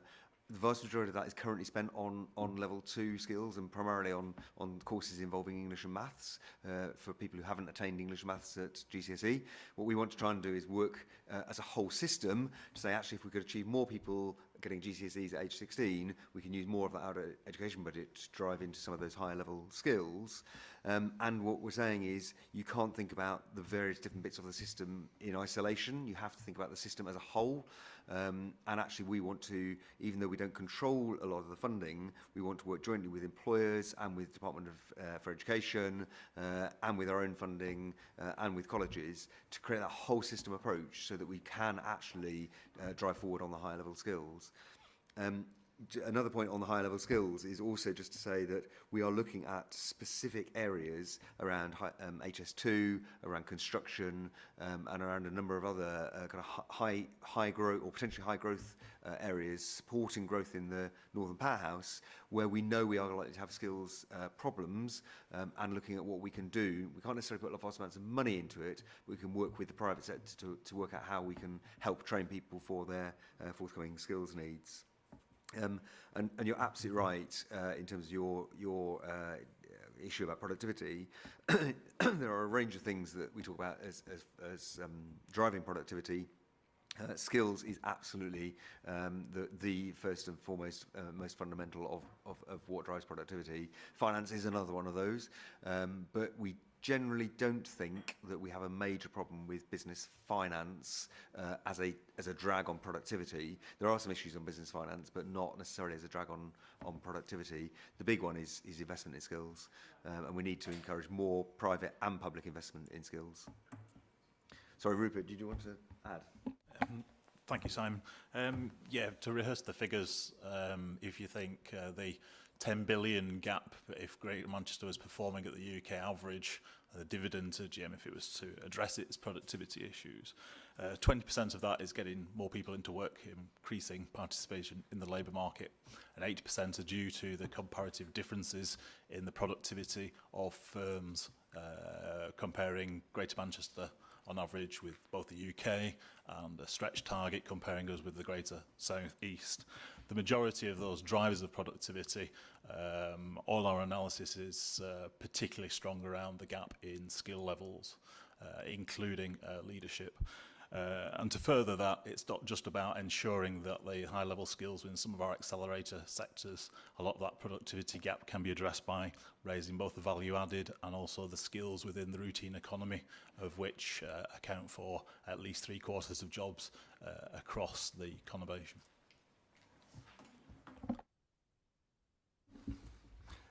I just want to make one observation, actually. I mean, we're almost at a crossroads here. You know, you've got Brexit on one side of the coin. You've also got, you know, all the stuff with AI and different skills. You've got the whole retailing scenario changing with the internet. And going forward, and we're talking about the special framework up to 2035, the unknowns going out there is going to be quite incredible, actually. Which is why we're getting back to scenario planning. And of course, at the end of the day, economic forecasts are almost out of date when they're first written. And that's another problem. So, you know, you guys have got a hard task to do here, actually. I do not underestimate it. But it is making sure that things are based on the most up-to-date information possible. And looking at, you know, base case, high case, low case scenarios as well, because there are lots and lots of upsides. There are risks, there are downsides, but there are upsides as well. So that's an observation. Quick observation. You prompted me, actually, Chair. Sorry. In terms of skills, seems to be the biggie, and one of the perhaps shortfalls: women in employment and women in business. I think AGMA. In the past, I was involved with AGMA, and some of the key indicators to get women into business, there's an untapped resources out there, which is not tapped. I think encouragement, development needs to take place. In addition, you have the change of landscape in terms of population. There's a rise of BME communities, and within that, again, women, untapped resources. I think something we can look at, because you're talking about skills. These skills are dormant. They need to be out there and within the 10 local authorities. So I'll put those, women and BME. Thank you. Thank you for that. I'm conscious of the time, and it's 4 o'clock. So can we just do two things quickly first, actually, before we go on to the last item, which may or may not go on for ages, in which case, if we're not quorum, at least we can leave some comments. There are a couple of things we must actually do. The first of all is minutes of the meeting on the 9th of March. Can we approve those? Yes. Great. The next thing is the update on the declaration of interest. Next, just a formal declaration of interest. Are there any? Good. And then the next thing is the work programme. Susan. Just to note the items that are on your agenda for June, which are, haven't changed. So that's just for noting. And then Simon, I believe, would like to say a little bit about the kind of associated paper there about a more strategic approach to the work programme of this committee. So we just wanted to there's a discussion paper that we've attached, and we just wanted to take some views on this. I don't know, Simon, if you want to say a couple. Just to add to that, I mean, the Chair and Deputy Chair, Vice Chair have discussed this already, but this is the committee's, if you like, work programme, the way forwards. Which is why it could be a long debate, it could be a very short debate. So, over to Simon. Thank you, Chair. I've been very conscious, obviously, that the work programme of this committee is extremely broad, covering a whole range of different areas, and listed those in kind of para 2.1 of the note that we've put round. And obviously, what you scrutinise is entirely up to you. It's your choice, and you can choose to look at any issues in whatever format or order that you wish to. That's part of the role of the Scrutiny Committee. What I was just wondering, and really reflecting and talking to the Chair and Vice Chair about the meeting we had a couple of times ago on skills, where we tried to present to you a kind of whole picture about an update on all the issues that are going on in skills, and give you a kind of picture of where things are up to, latest developments, as well as bringing you up to speed on particular issues. Whether it would be worth trying to have an update on a number of kind of those big issues at each meeting, so you were getting that bigger picture on a more regular basis. So the suggestion is that we set effectively a kind of three item agenda for every meeting, two of which would be updates on big issues on a kind of rolling basis, and I'll come on to explain that in a second. But then the third area would be for you to choose exactly what you wanted to look at, and areas of issues that have come up that you want to focus on. We just thought in that way it might be a way of helping you to get that or to look at individual decisions in the context or in a slightly broader context. And so the suggestion being that actually if we did adopt this, you would be looking at every topic in your remit at least twice a year. On skills, I would suggest that we would want to look at those 3 times a year, but that before any topic was due to come to the committee, we would ask you for your views about what you wanted to cover under that topic. So what did you want to know specifically under skills, or specifically under Brexit, or specifically under internationalisation? Every report would give you that kind of strategic overview. It would give you the performance linked to Greater Manchester Strategy, so you'd see how that particular topic area was doing in relation to the strategy. Key decisions would be included in that report, or they would also come to scrutiny committees on an as and when basis if they didn't fall in line with that cycle. And then in terms of follow-up, specific items would still be followed up in exactly the same way as you have been this time, or if there were more general issues, then we could pick those up in the next kind of 6-monthly update. And so what, working with the Chair and Vice Chair, just suggested what a schedule might look like if you were minded to go down that route for the next reporting year, and then I've tried to give you a flavour of the sorts of things we might cover under each topic. It's entirely up to you, but we was trying to think about how we could make the information we give you as informative as possible and give you that broad picture on particular topics. I just add to that. I mean, as I say, whilst we've debated it, it's for the committee to decide, not the Chair and Vice Chair to decide.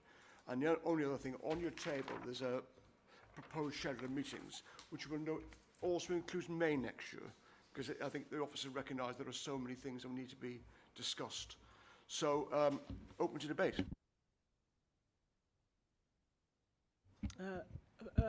First of all, about the dates, I want to thank Elise and yourself, Chair, because I remember actually around our first meetings, it was Elise who had thought through dates, and she suggested stick to something at the same time as much as you can, and I think it's worked for this committee, and I'm very grateful actually, and I'm also grateful, perhaps I'm being a bit selfish, I think I've realised that I don't really like too much changing of times and days of the week and all the rest of it, and who knows though, we might have other members, I don't know whether I'll be here next year, but I think it's gone really well. People have I recognise we changed the time, and I hope we did well enough on that, but that's been good, because of course that's been important to realise our members coming and our members getting here, and are they here.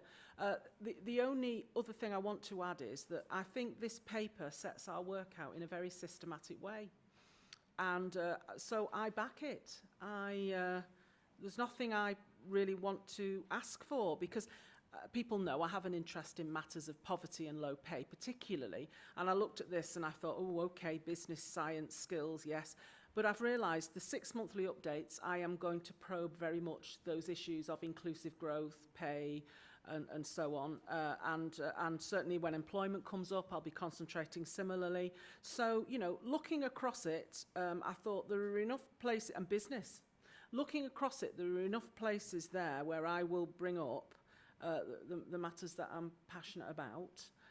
So I'm one of the members here who's going to support this. Don't know whether others will have changes. Thank you. And then Roy.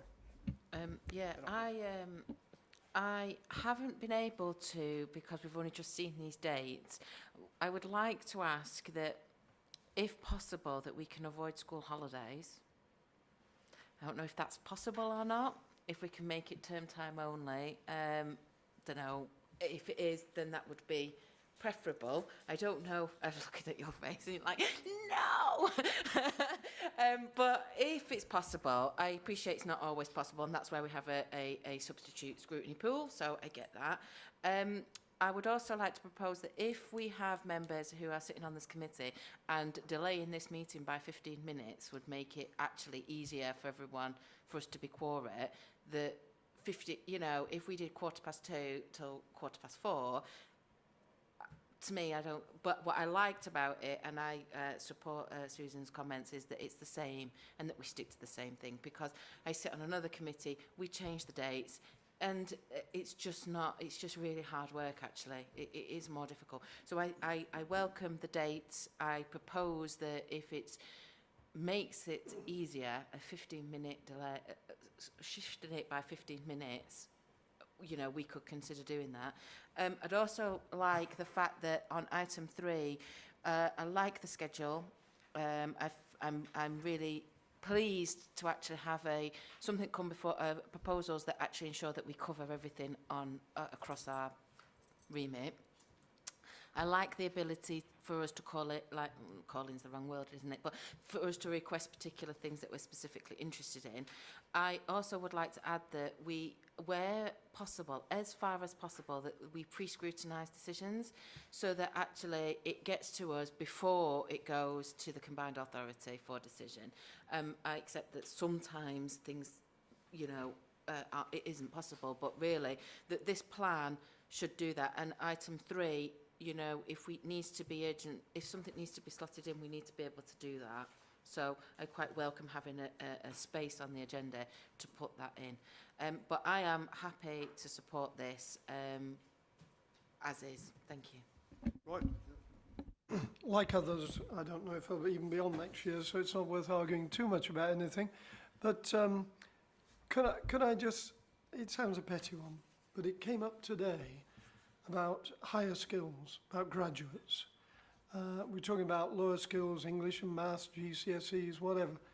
But we were, I think, well, some of us were quite shocked to find the number of graduates graduating from these great universities, Manchester, Salford and so on, Bolton, who leave the area for jobs elsewhere. My own children have done that. And I just wonder, we said, oh, well, we'll have a task and finish group, I was told, not, it can't be on the agenda, on graduate retention in the labour market. Now, being honest, as somebody said up there, because we've only had one this year, and it is going to report in the next municipal year, whether they've said, oh, don't have these task and finish groups.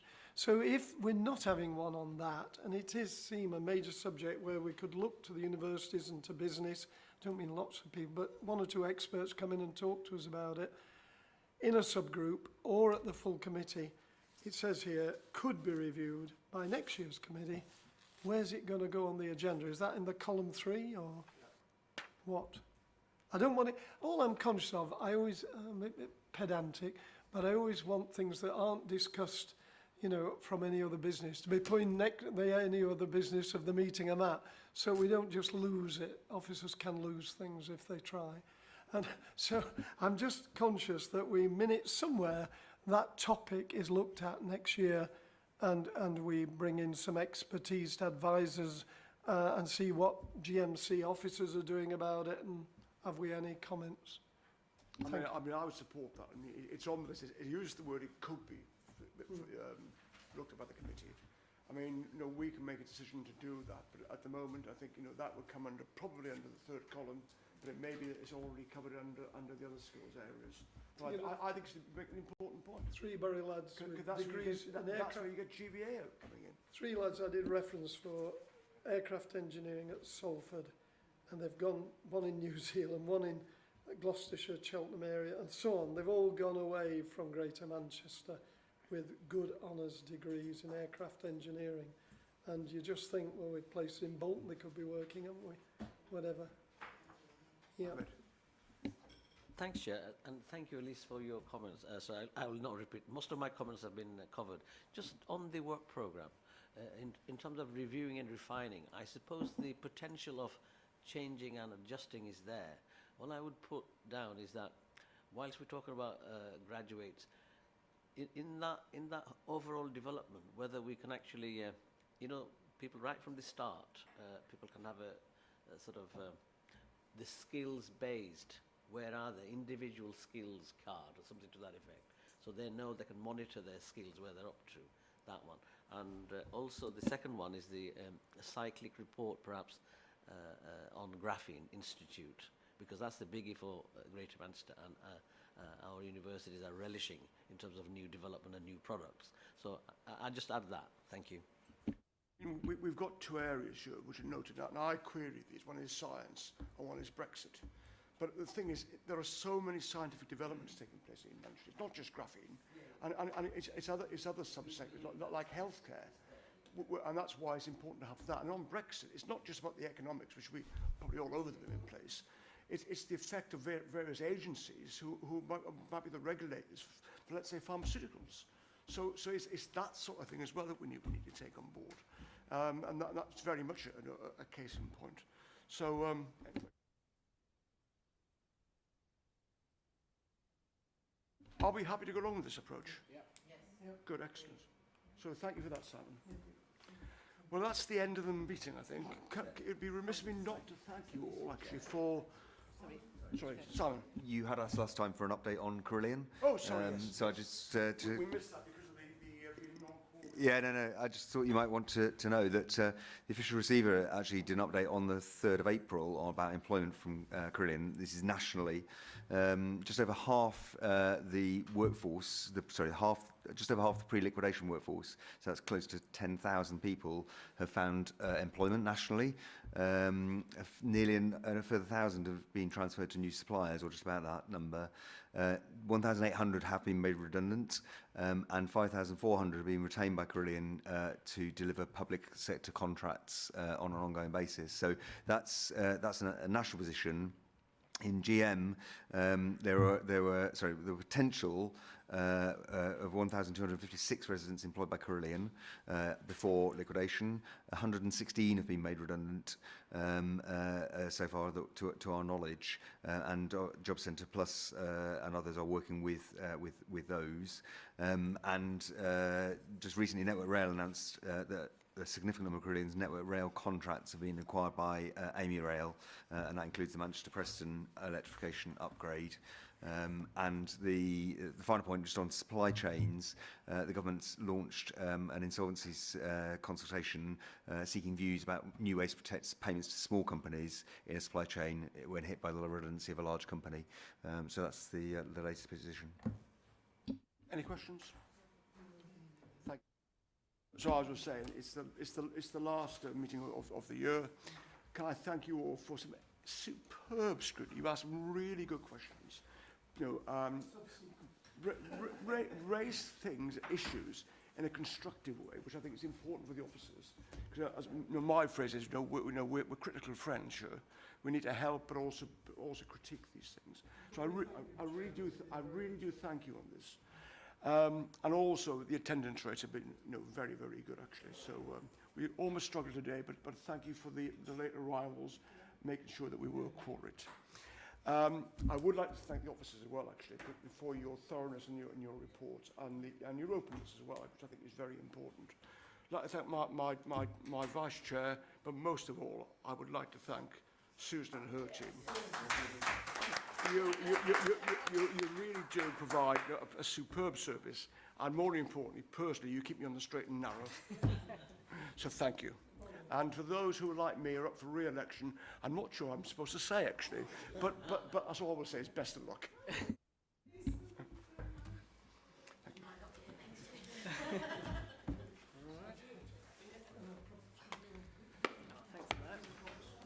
a good meeting. Yeah, it was good.